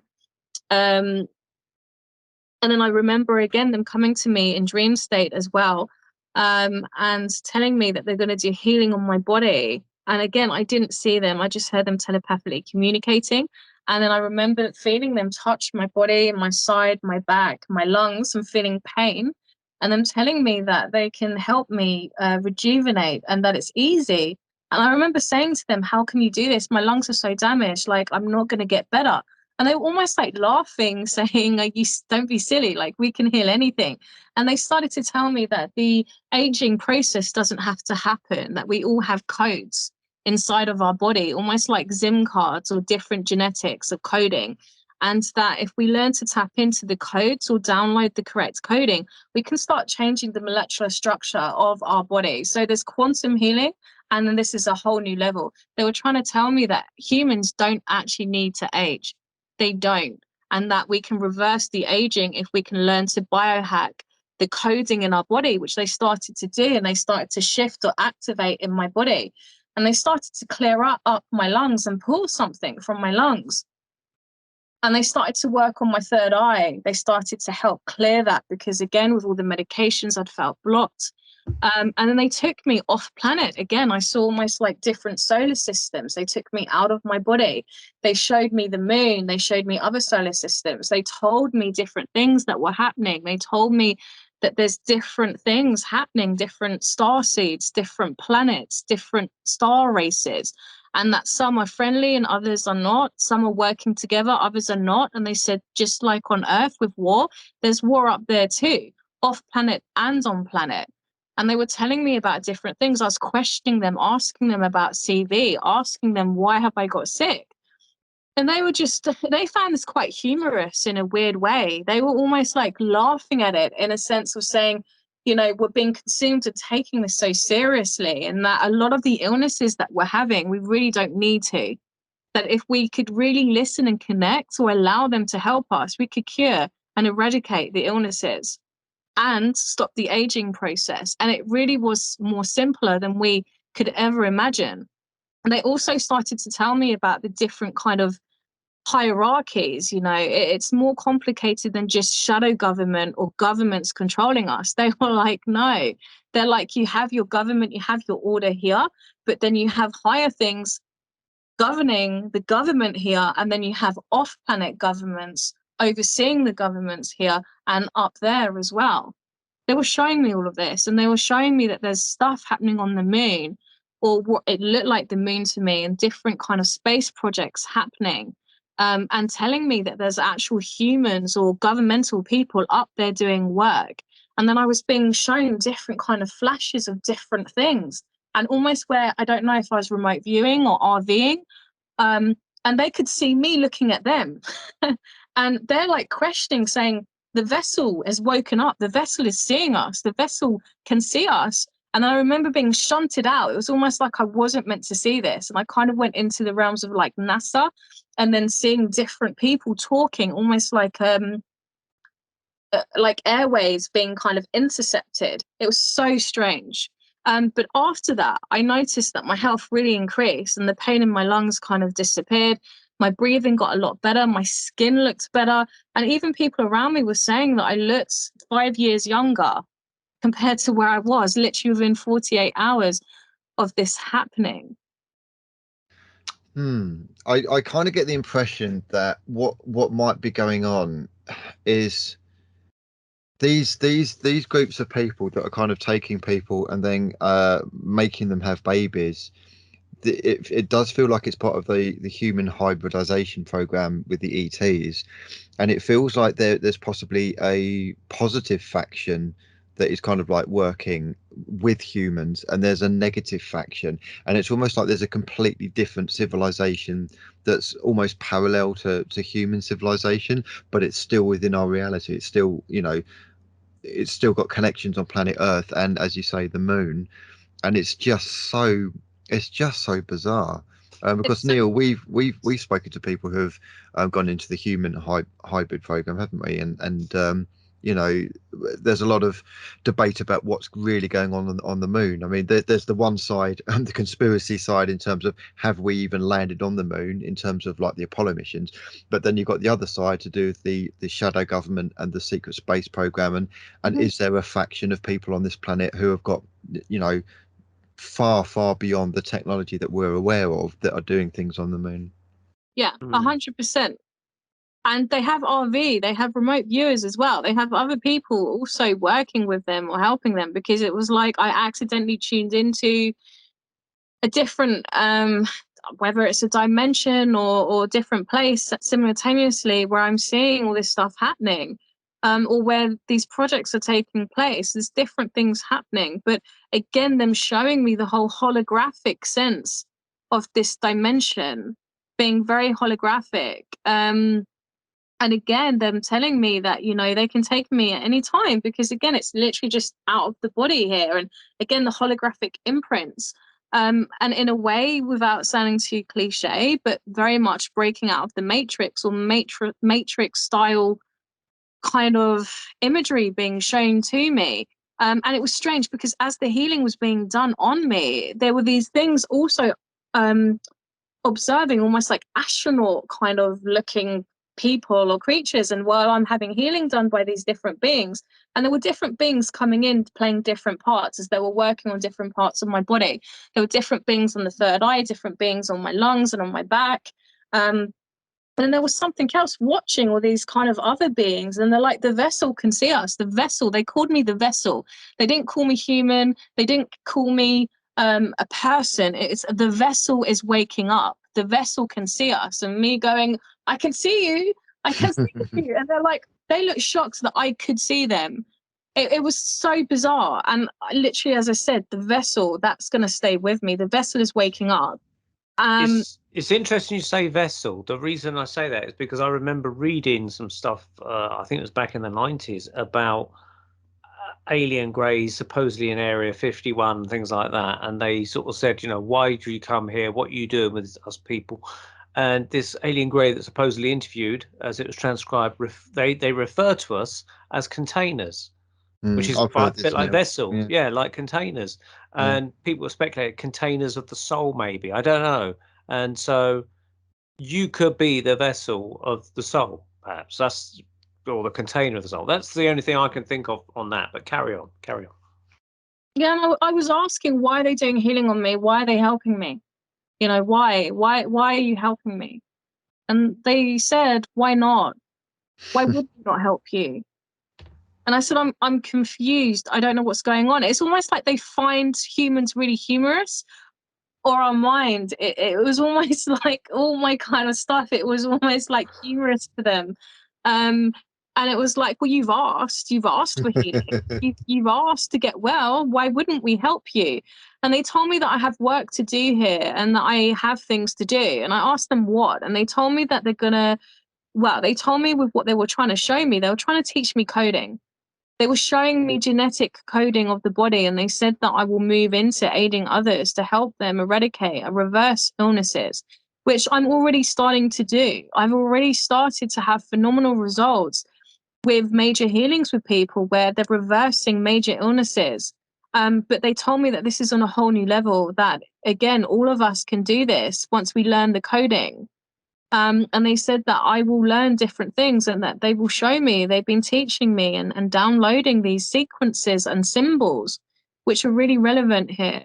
They also said, again, about the government. When I asked them, look, why is this all happening? You know, why are we being controlled? They said an interesting answer. They said to me that be careful what you wish for. You might not be able to handle the truth or the reality, and that not all governments are there to completely control or block us. They said that for some, it's there for a safety net, because if humans were to really wake up or understand the real level of what is going on, it would be too much for their minds. It would blow their minds. They couldn't comprehend the level of what is going on. And if they started to understand the true order of what is happening, they would never get out of bed again. It's almost like civilization would fall apart, right? Because then if you realize, or if we start to understand what is happening with the space projects or what's going off planet, religion would fall apart. Orchestrated religion would fall apart. Orchestrated religion is there to control us, and to not control us, but to keep us contained. And they were saying if everyone started to understand and know about them, it would cause chaos to the system. It would fall apart. There would be no one going to work. There'd be no one doing anything, right? Because you can imagine you're being taught, you know, be a good person, you go to heaven. Be a bad person, you go to hell, you know? If you start to realize there is no heaven and hell, they're just concepts, they're just programs. And you start to realize that actually it's far more than that. It just will blow civilization apart. So in a way, they said that it's there for our own safety in somewhat ways, and it's there to keep this civilization running. So they were explaining to me that some of it isn't as bad as we think. However, they did show me the darker side. They showed me that we are at spiritual warfare. A lot of people have been asking me, look, are we at World War III? And they're laughing at this. They're like, come on, this is far bigger than World War III. We have been in war for many civilizations, like for many, many centuries. And they told me that, again, my tribe, they showed me my bloodline on my tribe. And they said there's been many before me and after me.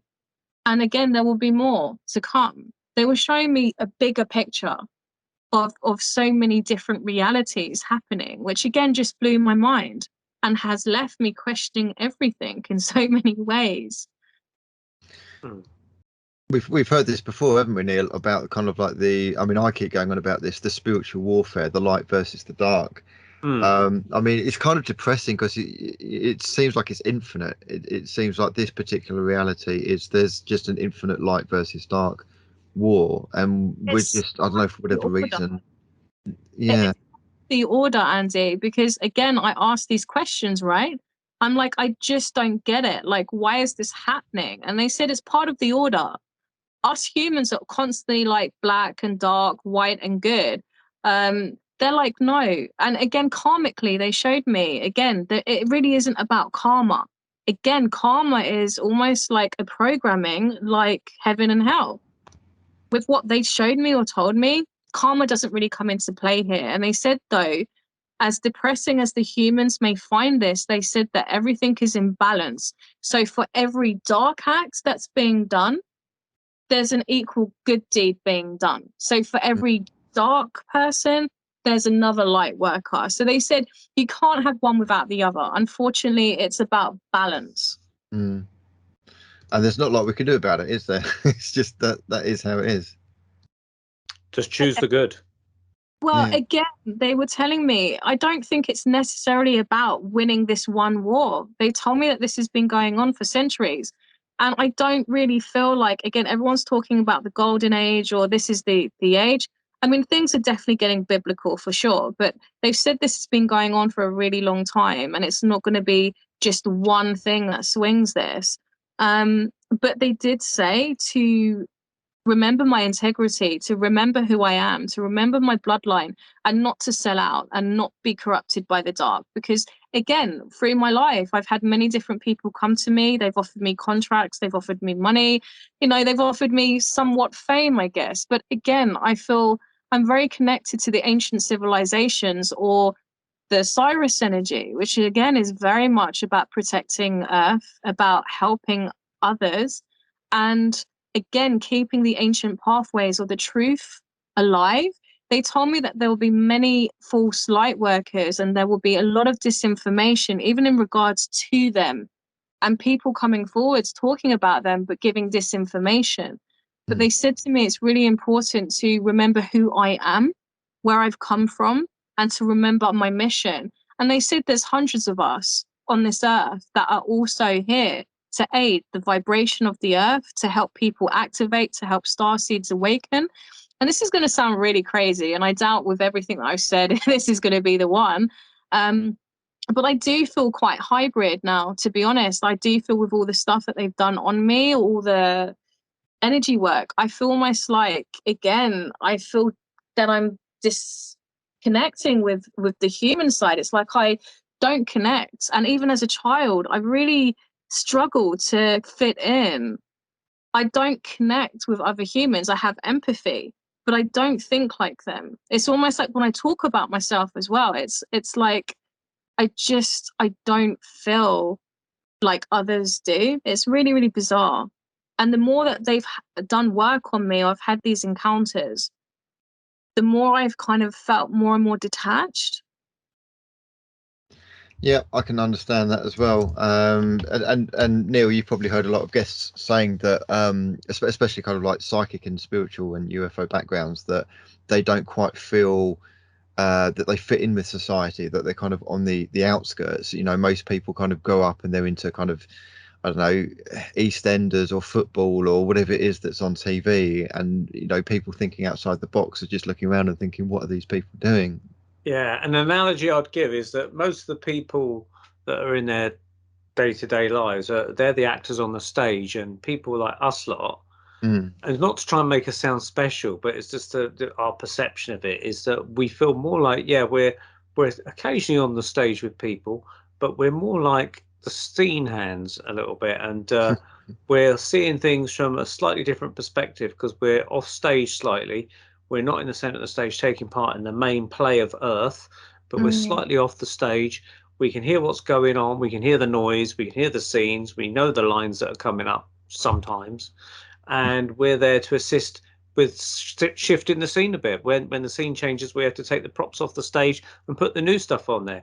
How that translates into physical reality, I don't quite know, but that's what it seems to be, that we're assisting in the manufacturing of this play, or one version of this play.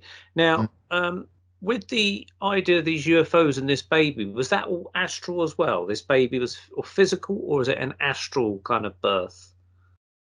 I feel like it was both.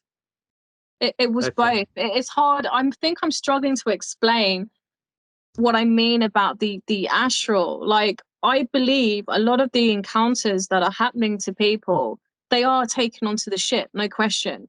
But I feel like if we were observing or watching it, I feel almost like, you imagine you're driving along and you might see someone slumped asleep in a car, right? And they've been taken on the ship, but the physical body is still in this dimension.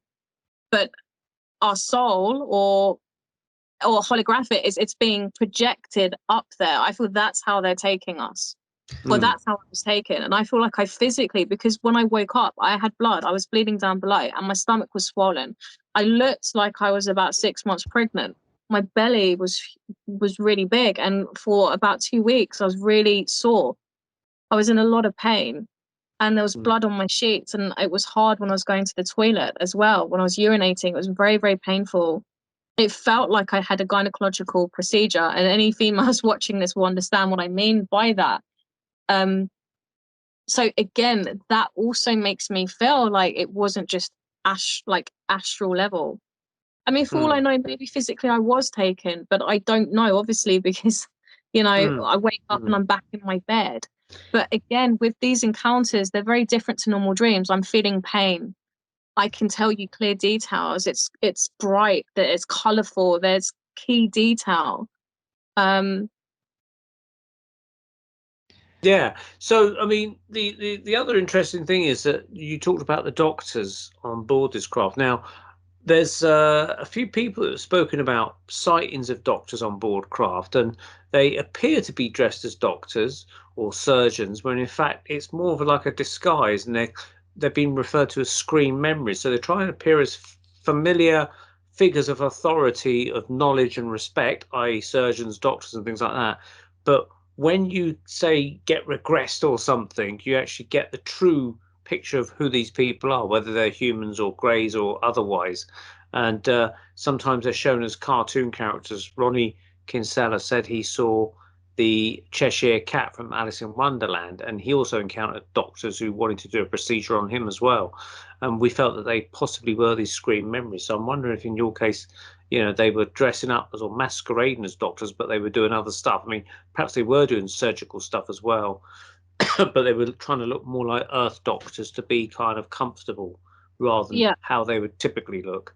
So how long was it afterwards you started to get the strange knocks on the door, the helicopters and things like that after this? And it's a bit strange. Presumably you didn't tell anyone about this, and yet here you are getting hassled about it. Yeah, like that's certainly not something I'm going to scream from the rooftops, you know. And again, I think it was difficult for me, right? Because I'm at this stage in my career now where, without sounding big-headed, I've got a big enough following who know that I'm good at what I do with the psychic side. They know that I'm accurate. So regardless of, you know, how I dress, what color I dye my hair, what I say, what I talk about, because anyone that knows me knows I am quite vocal. I'm not your PC, normal love and light psychic medium, you know, got your nan who loves cups of tea here. I am talking about quite out there events. I think back then I was worried about speaking out because I was still reading for the 9 to 5, the girl next door, you know, the normal average kind of readings. And I think over time now it's sort of progressed into more light workers finding me, or other contactees, or other people that have had similar experiences, whether they're feeling the vibrational energy or whether they've just heard some of the things because I've been more vocal about it. And now I'm reading more for light workers, which I enjoy doing because it gives me a more wider scope to do what I love and to not have kind of controlled information, or, you know, will my girlfriend come back to me? Will my husband, you know, the mainstream kind of stuff. But I had to be mindful because I didn't want to get completely blacklisted back then. And if I came out talking about alien abductions and giving birth to kind of reptilians or hybrids, you know how that's going to look, right? Even to the most open-minded people, it's going to be like, she's lost it, she's gone mad. And I just wasn't ready. Have you seen any full-on reptilians? Say that again? Have you seen any full-on reptilians, any actual, you know, lizard-like beings? Yeah, I have, but that's been more with psychedelic medicine. So that's been through mushroom ceremonies. So again, with the shamanic side of things, you know, I've had experiences without psychedelics, and I've had really deep experiences with psychedelics, with mushroom therapy, you know. And there's a big difference between sort of doing magic mushrooms and getting on it, and then doing mushrooms in a ceremonial space, to go in with the mindset of connecting and channeling and trying to gain information. And I've done tests with, you know, let's see what I can do, if I can gain credible psychic information, or if I can connect and see how accurate it is. And I've done both. I've done it to gain access to psychic information or remote viewing, which has been very, very interesting. I've documented it, and some of my wild predictions, I'm going to be honest, have been from psychedelic medicines, and they've been accurate, which again just blows the mind. And I've had other people in different locations who have administered the medicines, and we've been able to communicate and go into details at a later date of what each other are actually wearing and doing, and actually giving credible information about how the room is looking. And we haven't even been there. We're in like other side of the country and documenting the same kind of visions, but we're in completely different locations. And this is another reason I think psychedelics are banned. They know this. They know that the mushrooms, power of mushrooms, especially ayahuasca, completely blows the pineal gland. It opens it up and you're going to get communication. And again, with my partner and other people who have done ayahuasca, that opens up the gateways for ET communication, where we have seen reptilians and more, what I would say, darker energies. The energies around me, I would say, with the healing have been much lighter. The ones with more than medicines and the deeper we've gone have been darker, more Why is kind that? of. Why is that, do you think? Why wouldn't, for instance, medicines, because medicines are supposed to heal, why wouldn't you get, they do. why wouldn't you connect with lighter beings? Why is it darker beings? I don't think it's solely just connecting with dark energies, but I just think, especially with ayahuasca, I mean, ayahuasca is a beautiful natural medicine if it's conducted in the right way. And I think, again, a lot of the ones that are connecting and tuning in were wanting to find out the truth of what's going on. And whether people like this or not, the reality is that our world, or planet Earth, or this 3D vibration, people are saying, oh, it's the government, they're controlling us. The government have no power. The reality of it is it's more the reptilian sides that are actually pulling the strings and controlling the actual government. So I think with the medicines will show you the truth. They will show you the reality of your existence. And whether people want to hear it or not, the reality of our existence is far from God sitting on a cloud and white fluffy feathers. It's showing us the true orchestrated nature of what's happening. So I think that's why we're seeing more kind of intenser energies that are pulling the strings. How do we get out of this mess?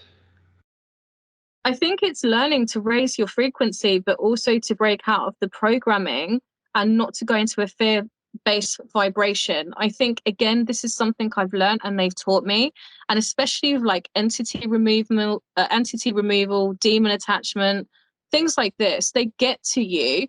And this is a really interesting one. And I know this is going to sound batshit crazy, but when my partner was being taken by the Greys and he was having all this horrific stuff done to him, something said to him, start laughing. Start laughing. And he's like, I'm screaming, I can't. And then he tried to start laughing. He laughed and then they went.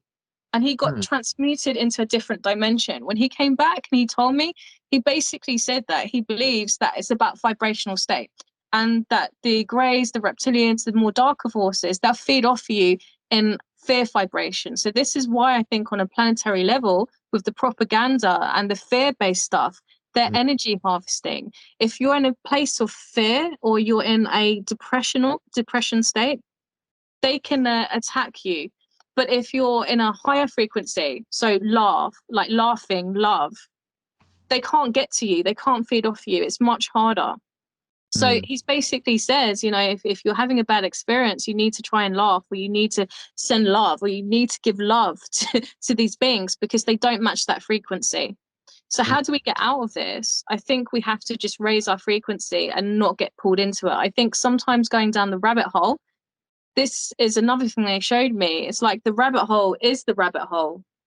It is the conspiracy above the conspiracy. Some of this stuff has been trapped or designed to trap us in this kind of dimension or a weird depression state and a time loop. Does this make sense? I know I'm rambling a little bit. It does. It's just a question of, like, for instance, coronavirus and, the imminent World War III thing. I was actually in a pretty good state of mind, and I was actually living my life pretty much how I wanted to and having a great deal of fun. So my vibration was actually quite positive. And then along comes coronavirus.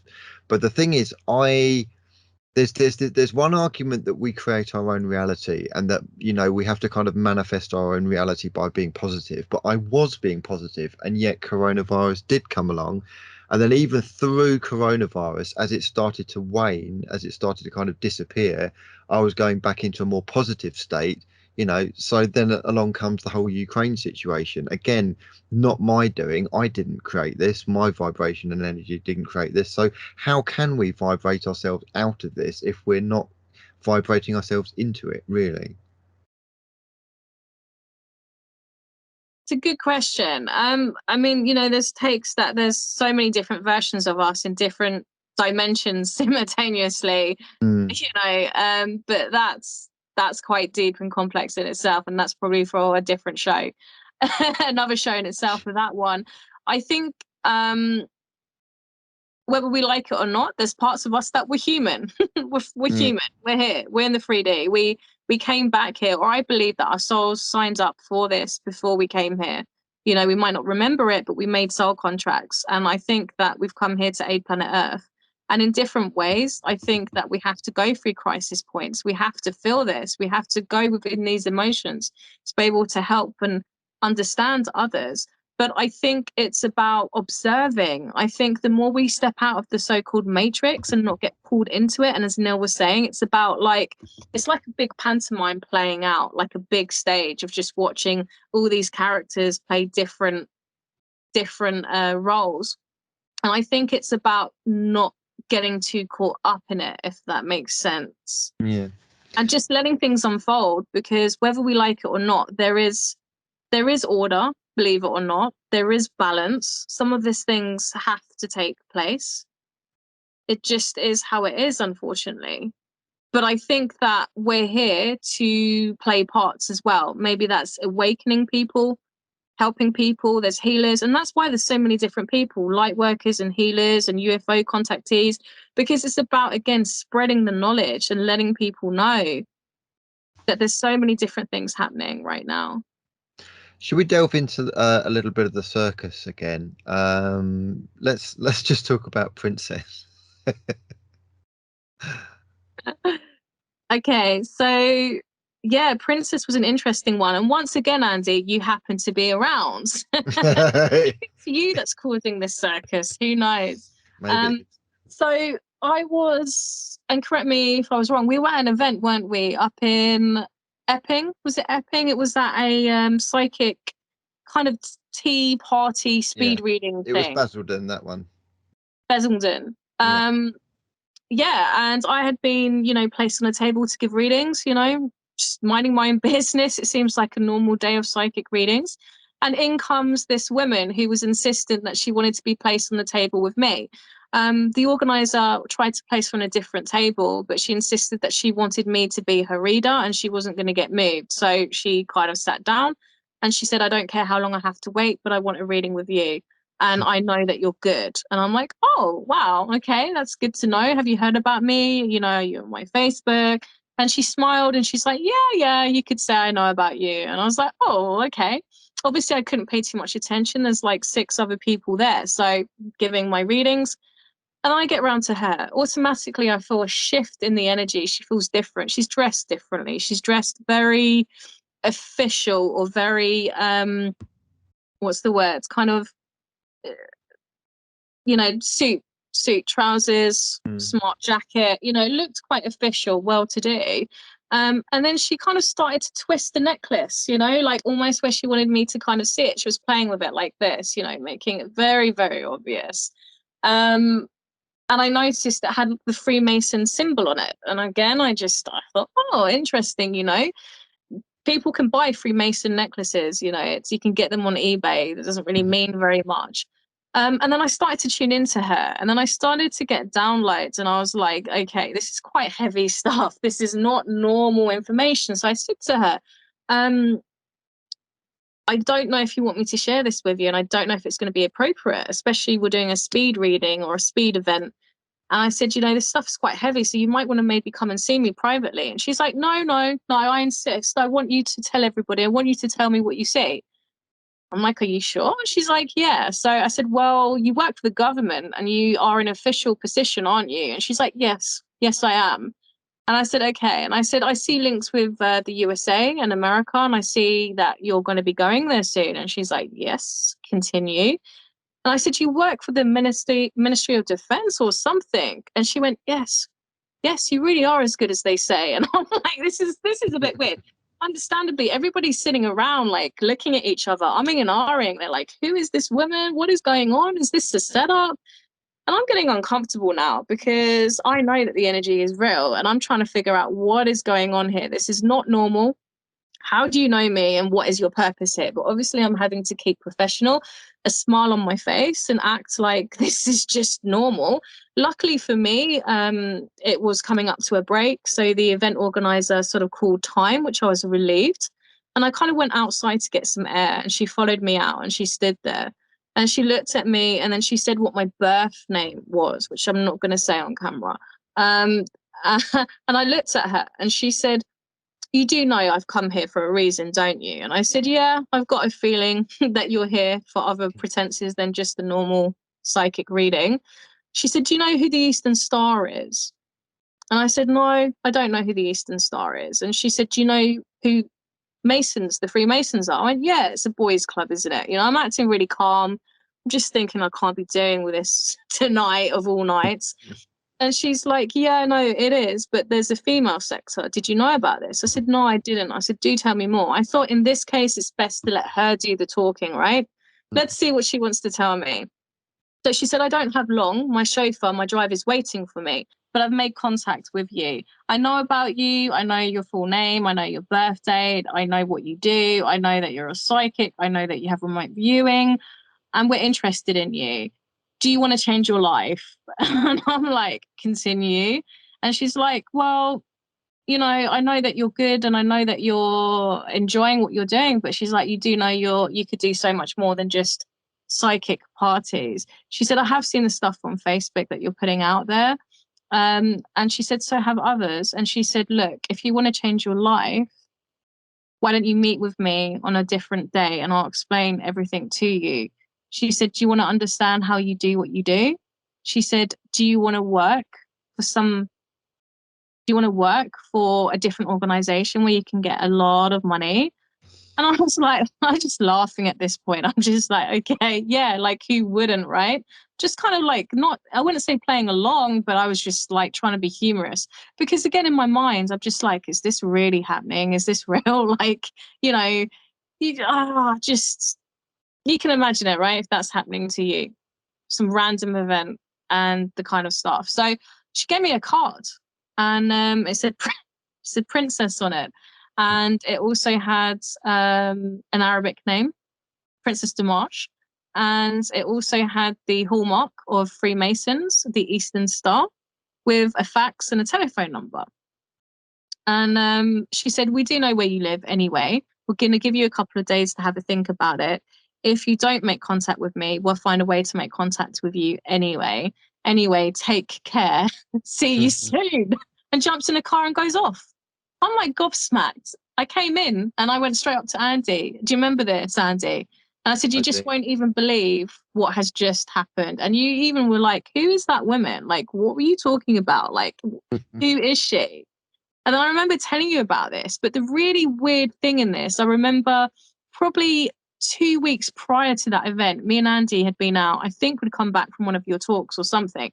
And I remember him randomly saying to me in the car, because he'll get psychic downloads. And he said to me, I feel like the Masons are going to give you an offer, or there's going to be a high up profile coming into your life that's going to offer you something to join them. And we just giggled about it. And we're like, yeah, well, who knows? And we made jokes about Bourne and other things like that. And then it literally happened kind of as Andy had said. Went back that night, you know, I was thinking about it. It was so weird. And for me, I was just like, this is so crazy. I just need to find out more about this. I want to know if this is a wind up. I think a part of me was like, I need to prove that this is a wind up, because if it isn't, it's actually terrifying. So I remember texting her, you know, thinking it's going to be a joke. Maybe someone's put her up to it. Maybe it's one of Andy's mates. Who knows? Because Andy's a bit of a joker, aren't you? But am I? How many jokes have I played on you?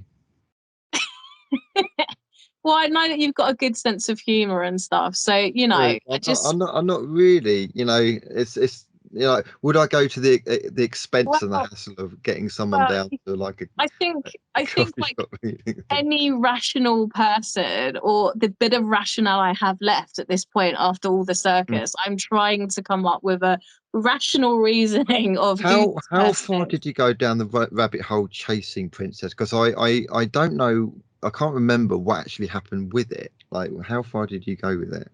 Deep. Go for it. Do I really want to open up that portal? Because I'm like, this is going to be so interesting. Okay, You can speak yeah, it. You can speak in code if you want to cover anything up, or you feel that you can't mention anything. So I messaged her back. We had a lot of exchanges, and what I will say is that to this day, I still have evidence that I have and that other people also have of the nature of what was exchanged. Wow. Just for my safety, shall we say, because again, my life went crazy, very chaotic, and I'm going to jump here. So I need to kind of like scale this back, because the stuff that then happened went to a whole new level. So again, I kept records of this because it's insane. And I wanted again to prove evidence of this, because again, I'm sitting here saying this, and I get that most people are going to think, well, come on, it's bullshit. This is too out there, you know? We exchanged messages. I kind of wanted to know who she was. What does she want? Tell me more about the Freemasons. I thought this is a golden opportunity. If you are legitimate, maybe I can find out more about the order or what you're all about, you know? She kind of marketed it as, you know, we're not what you think we are. You know, we get bad publicity, etc. And I was like, okay. And she's like, let's meet. She didn't want to say too much over messages, understandably, because that leaves a paper trail. We did have about sort of 5 meetings, I would say. She came to my area and she spoke a lot in code. She did give me some key names, and she did claim, and she showed me evidence and her passport, and she showed me that she had diplomatic immunity that did check out to be legitimate. She showed me a passport with the name. She also said that she was working for the Ministry of Defense, and also linked with the USA sides as well. She said that she also was linked with, what's the word? The humanitarian government. Is that the word? Humanitarian, kind of giving aid to people, things like that. Kind of like that. But then it turns out down the line that really isn't what that's made out to be. That's just the front. Long story short, she said that they were interested in the abilities that I possessed, that they were interested in my remote viewing skills, my precognitive skills. She kind of had veiled sort of like threats. It was almost like, we don't want you to be putting out any more information on your Facebook. You need to be careful about what you're saying. You don't want to really go down for terrorism or being seen as terror, because I was predicting major terrorist attacks before they happened. I was talking about plane crashes, the Egyptian plane crash that happened. And she was saying, oh, I know that you're not linked with that, but what would you do if other people maybe said that you were, and that's how you're tuning into it? So it might be in your best interest if you were to step away from Facebook and public profiles and stop putting out your predictions. And it's best that you keep them between ourselves. She asked me what other downloads I had and what I saw around London, or what I thought was happening. We spoke about different governmental things, and she told me the part that she allegedly was playing in it. She also talked to me about USA sides. She spoke about the Vatican. She spoke about Rome. She spoke about different key people and different names, different aliases, and said that she wanted to take me to them. But first, I had to be enrolled into the Freemasonry, which would be the female sector, which she alleged to be the Eastern Star. She said, once I'm in the Eastern Star, then I will be bypassed into a lower ranking sector in the government, and that she would take me up to London, or where I would have an interviewing process. She spoke about MI5 building. She also asked me what I knew about the crash outside MI5 building. Some years ago, there was a alleged pilot or helicopter that crashed into a crane. I remember this. Yes, I remember this. I knew about that. This was in the fog or something, or Yeah. Now I have to be February. really, really careful what I say now. So that wasn't an accident. Mm-hmm. Are you And allowed to say who and what the intention was or not? so the alleged story was that that there were people on the helicopter had crashed into this crane, and that fog had caused it.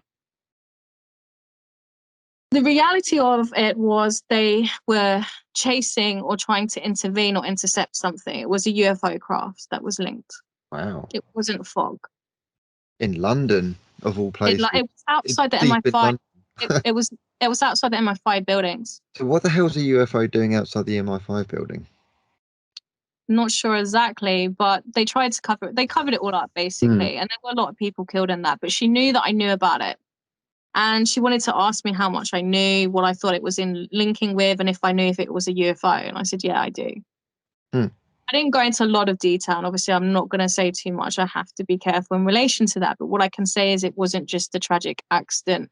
And unfortunately, the other eyewitnesses that can confirm that are dead because, you know, there were a lot of casualties in that, in what happened.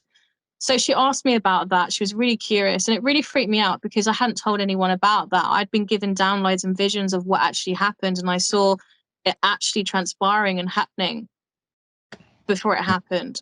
And she knew that I knew about it, which was really kind of scary.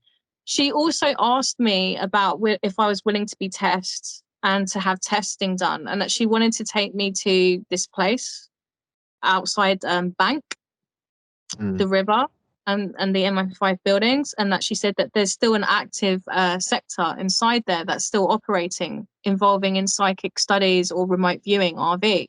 And I said, yeah, I've heard about this a long time ago, but for all intents and purposes, it's not active. It's not real anymore. And she's like, yes, it is. She said the lower down ones don't know that it's happening. She said there's all the paperwork and the lower down ones, but then above that, they know about it. And she said that she could bypass me and get me in.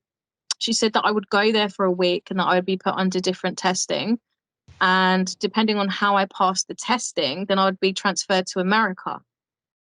And with America, I would do work with them. So that would be presumably CIA. Yeah. Do you think her intentions were positive, negative, neutral, or not sure?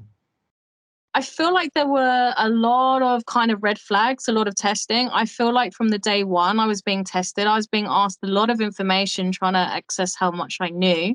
She offered me diplomatic immunity. So the so-called offer was, you know, we're interested in you. You're young, you have strong ability. We can make you change your life. You know, we can get you to America. She started to ask me about my politics and what I believed in as well, right? My political stance about things. You know, what was my take on Mossad? What was my take on the CIA? What was my take on MI5? Are they good? Are they bad? Are they neutral? What do I know about the Hezbollah? Are the CIA the same as MI5? All these questions I was being asked about. What's my take on war? Am I a patriot to England or America? Do I stand for England or do I stand for America? Would I work for America or would I work for England? She's asking me all these kind of obscure questions. And then it kind of transcended into her talking about how she also works with the CIA and MI5. And then she put kind of questions to me of, what would you say if I told you that MI5s and CIA and MI6 were all one of the same? And what if I told you if Mossad was one of the same thing?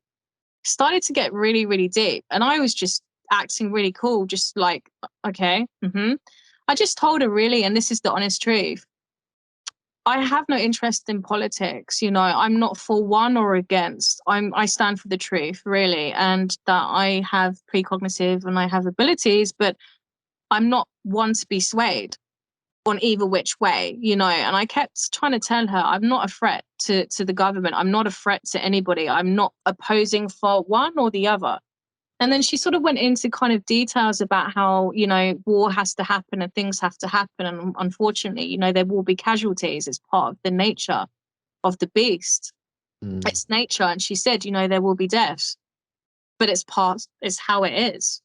So I found that quite cold. You know, it started off really nice. It started off with her, you know, let me buy you lunch.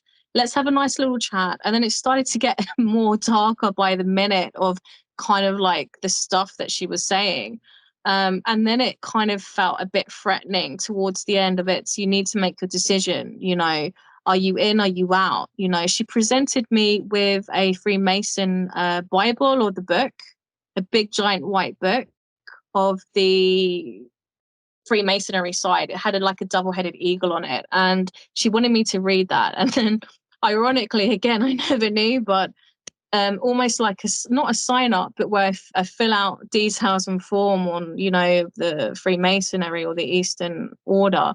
And then she started talking about potentially Rome and a person called the Duke of Deleuze, whoever he is. But again, I felt like it was an alias, and different heads of the family.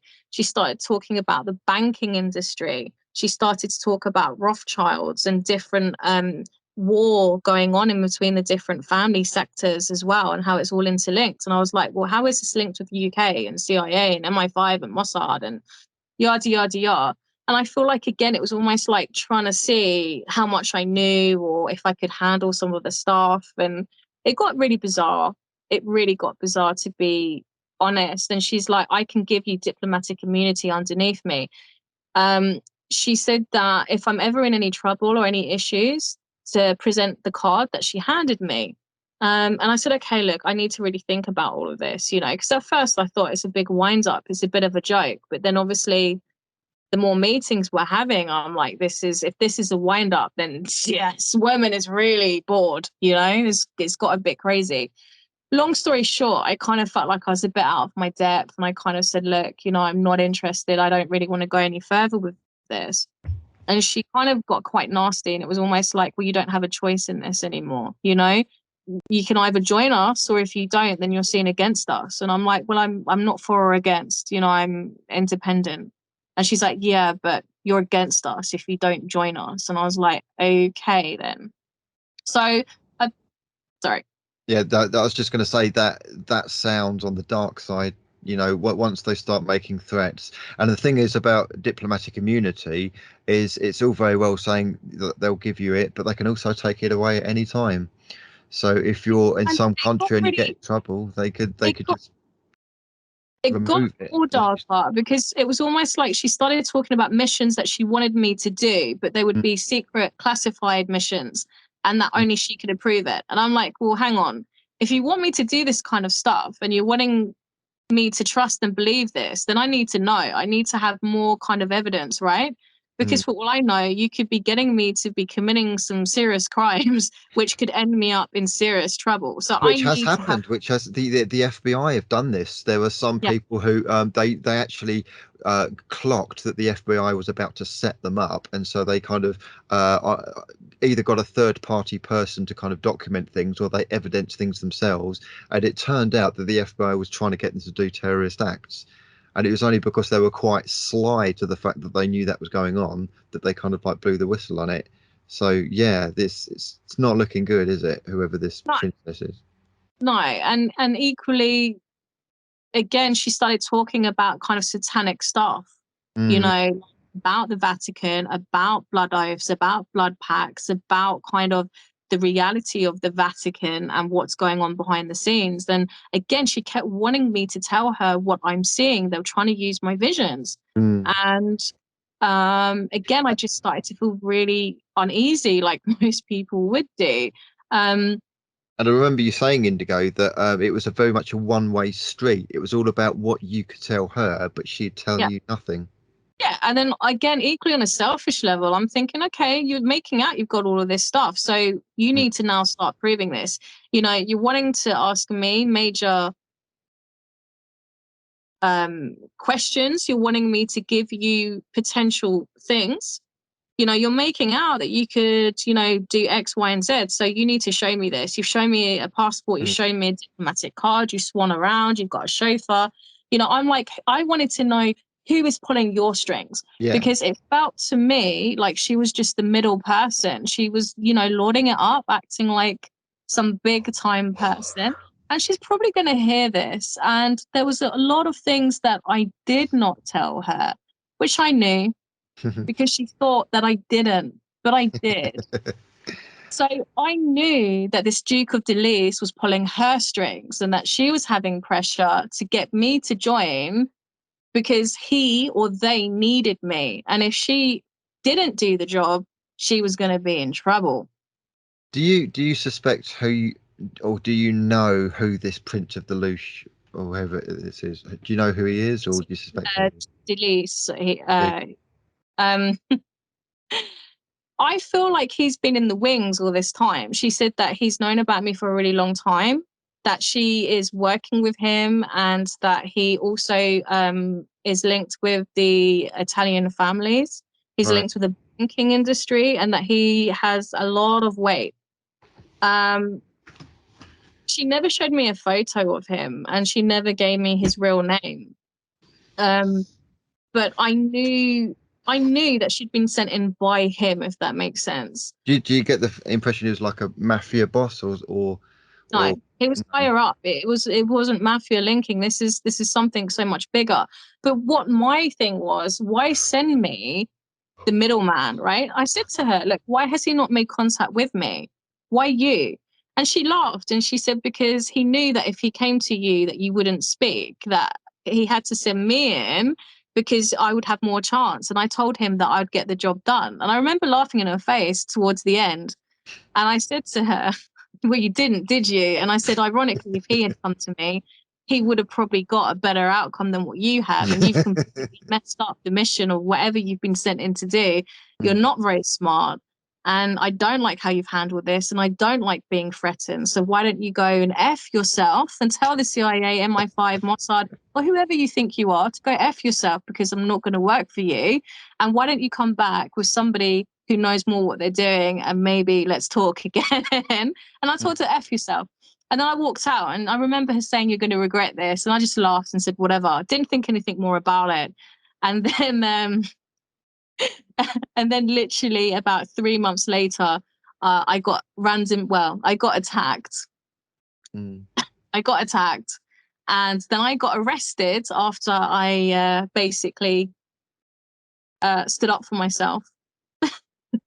Do you want to go into that into detail from beginning to end? We're running out of time, unfortunately. Okay, well, we'll have to. We've overran.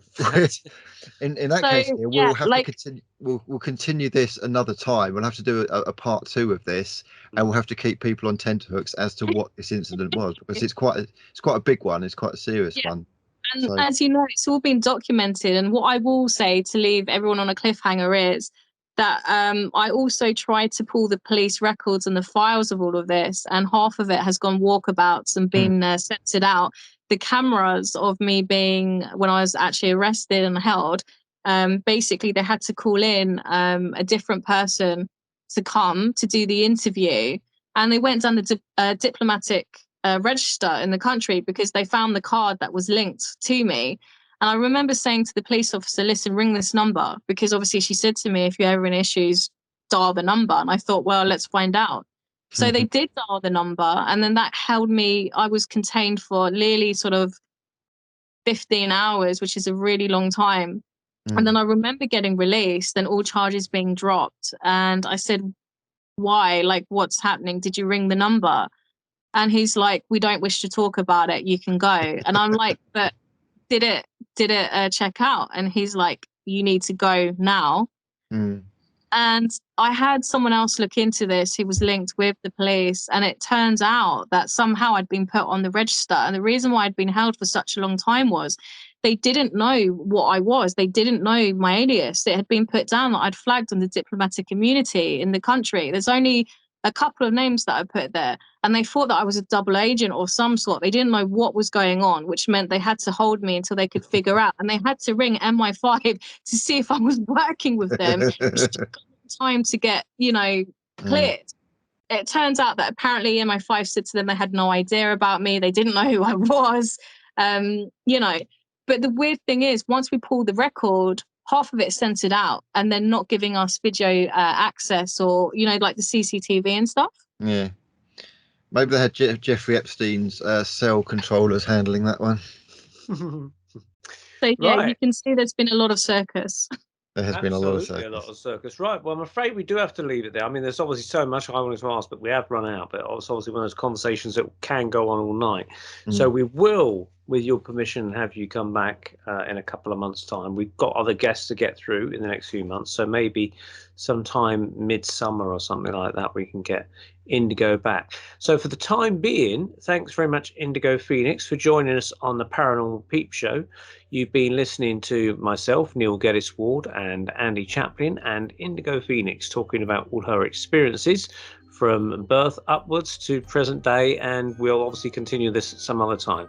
So for the time being, thanks very much for watching, everybody. Stay safe, and we'll see you next month. See you later. Bye.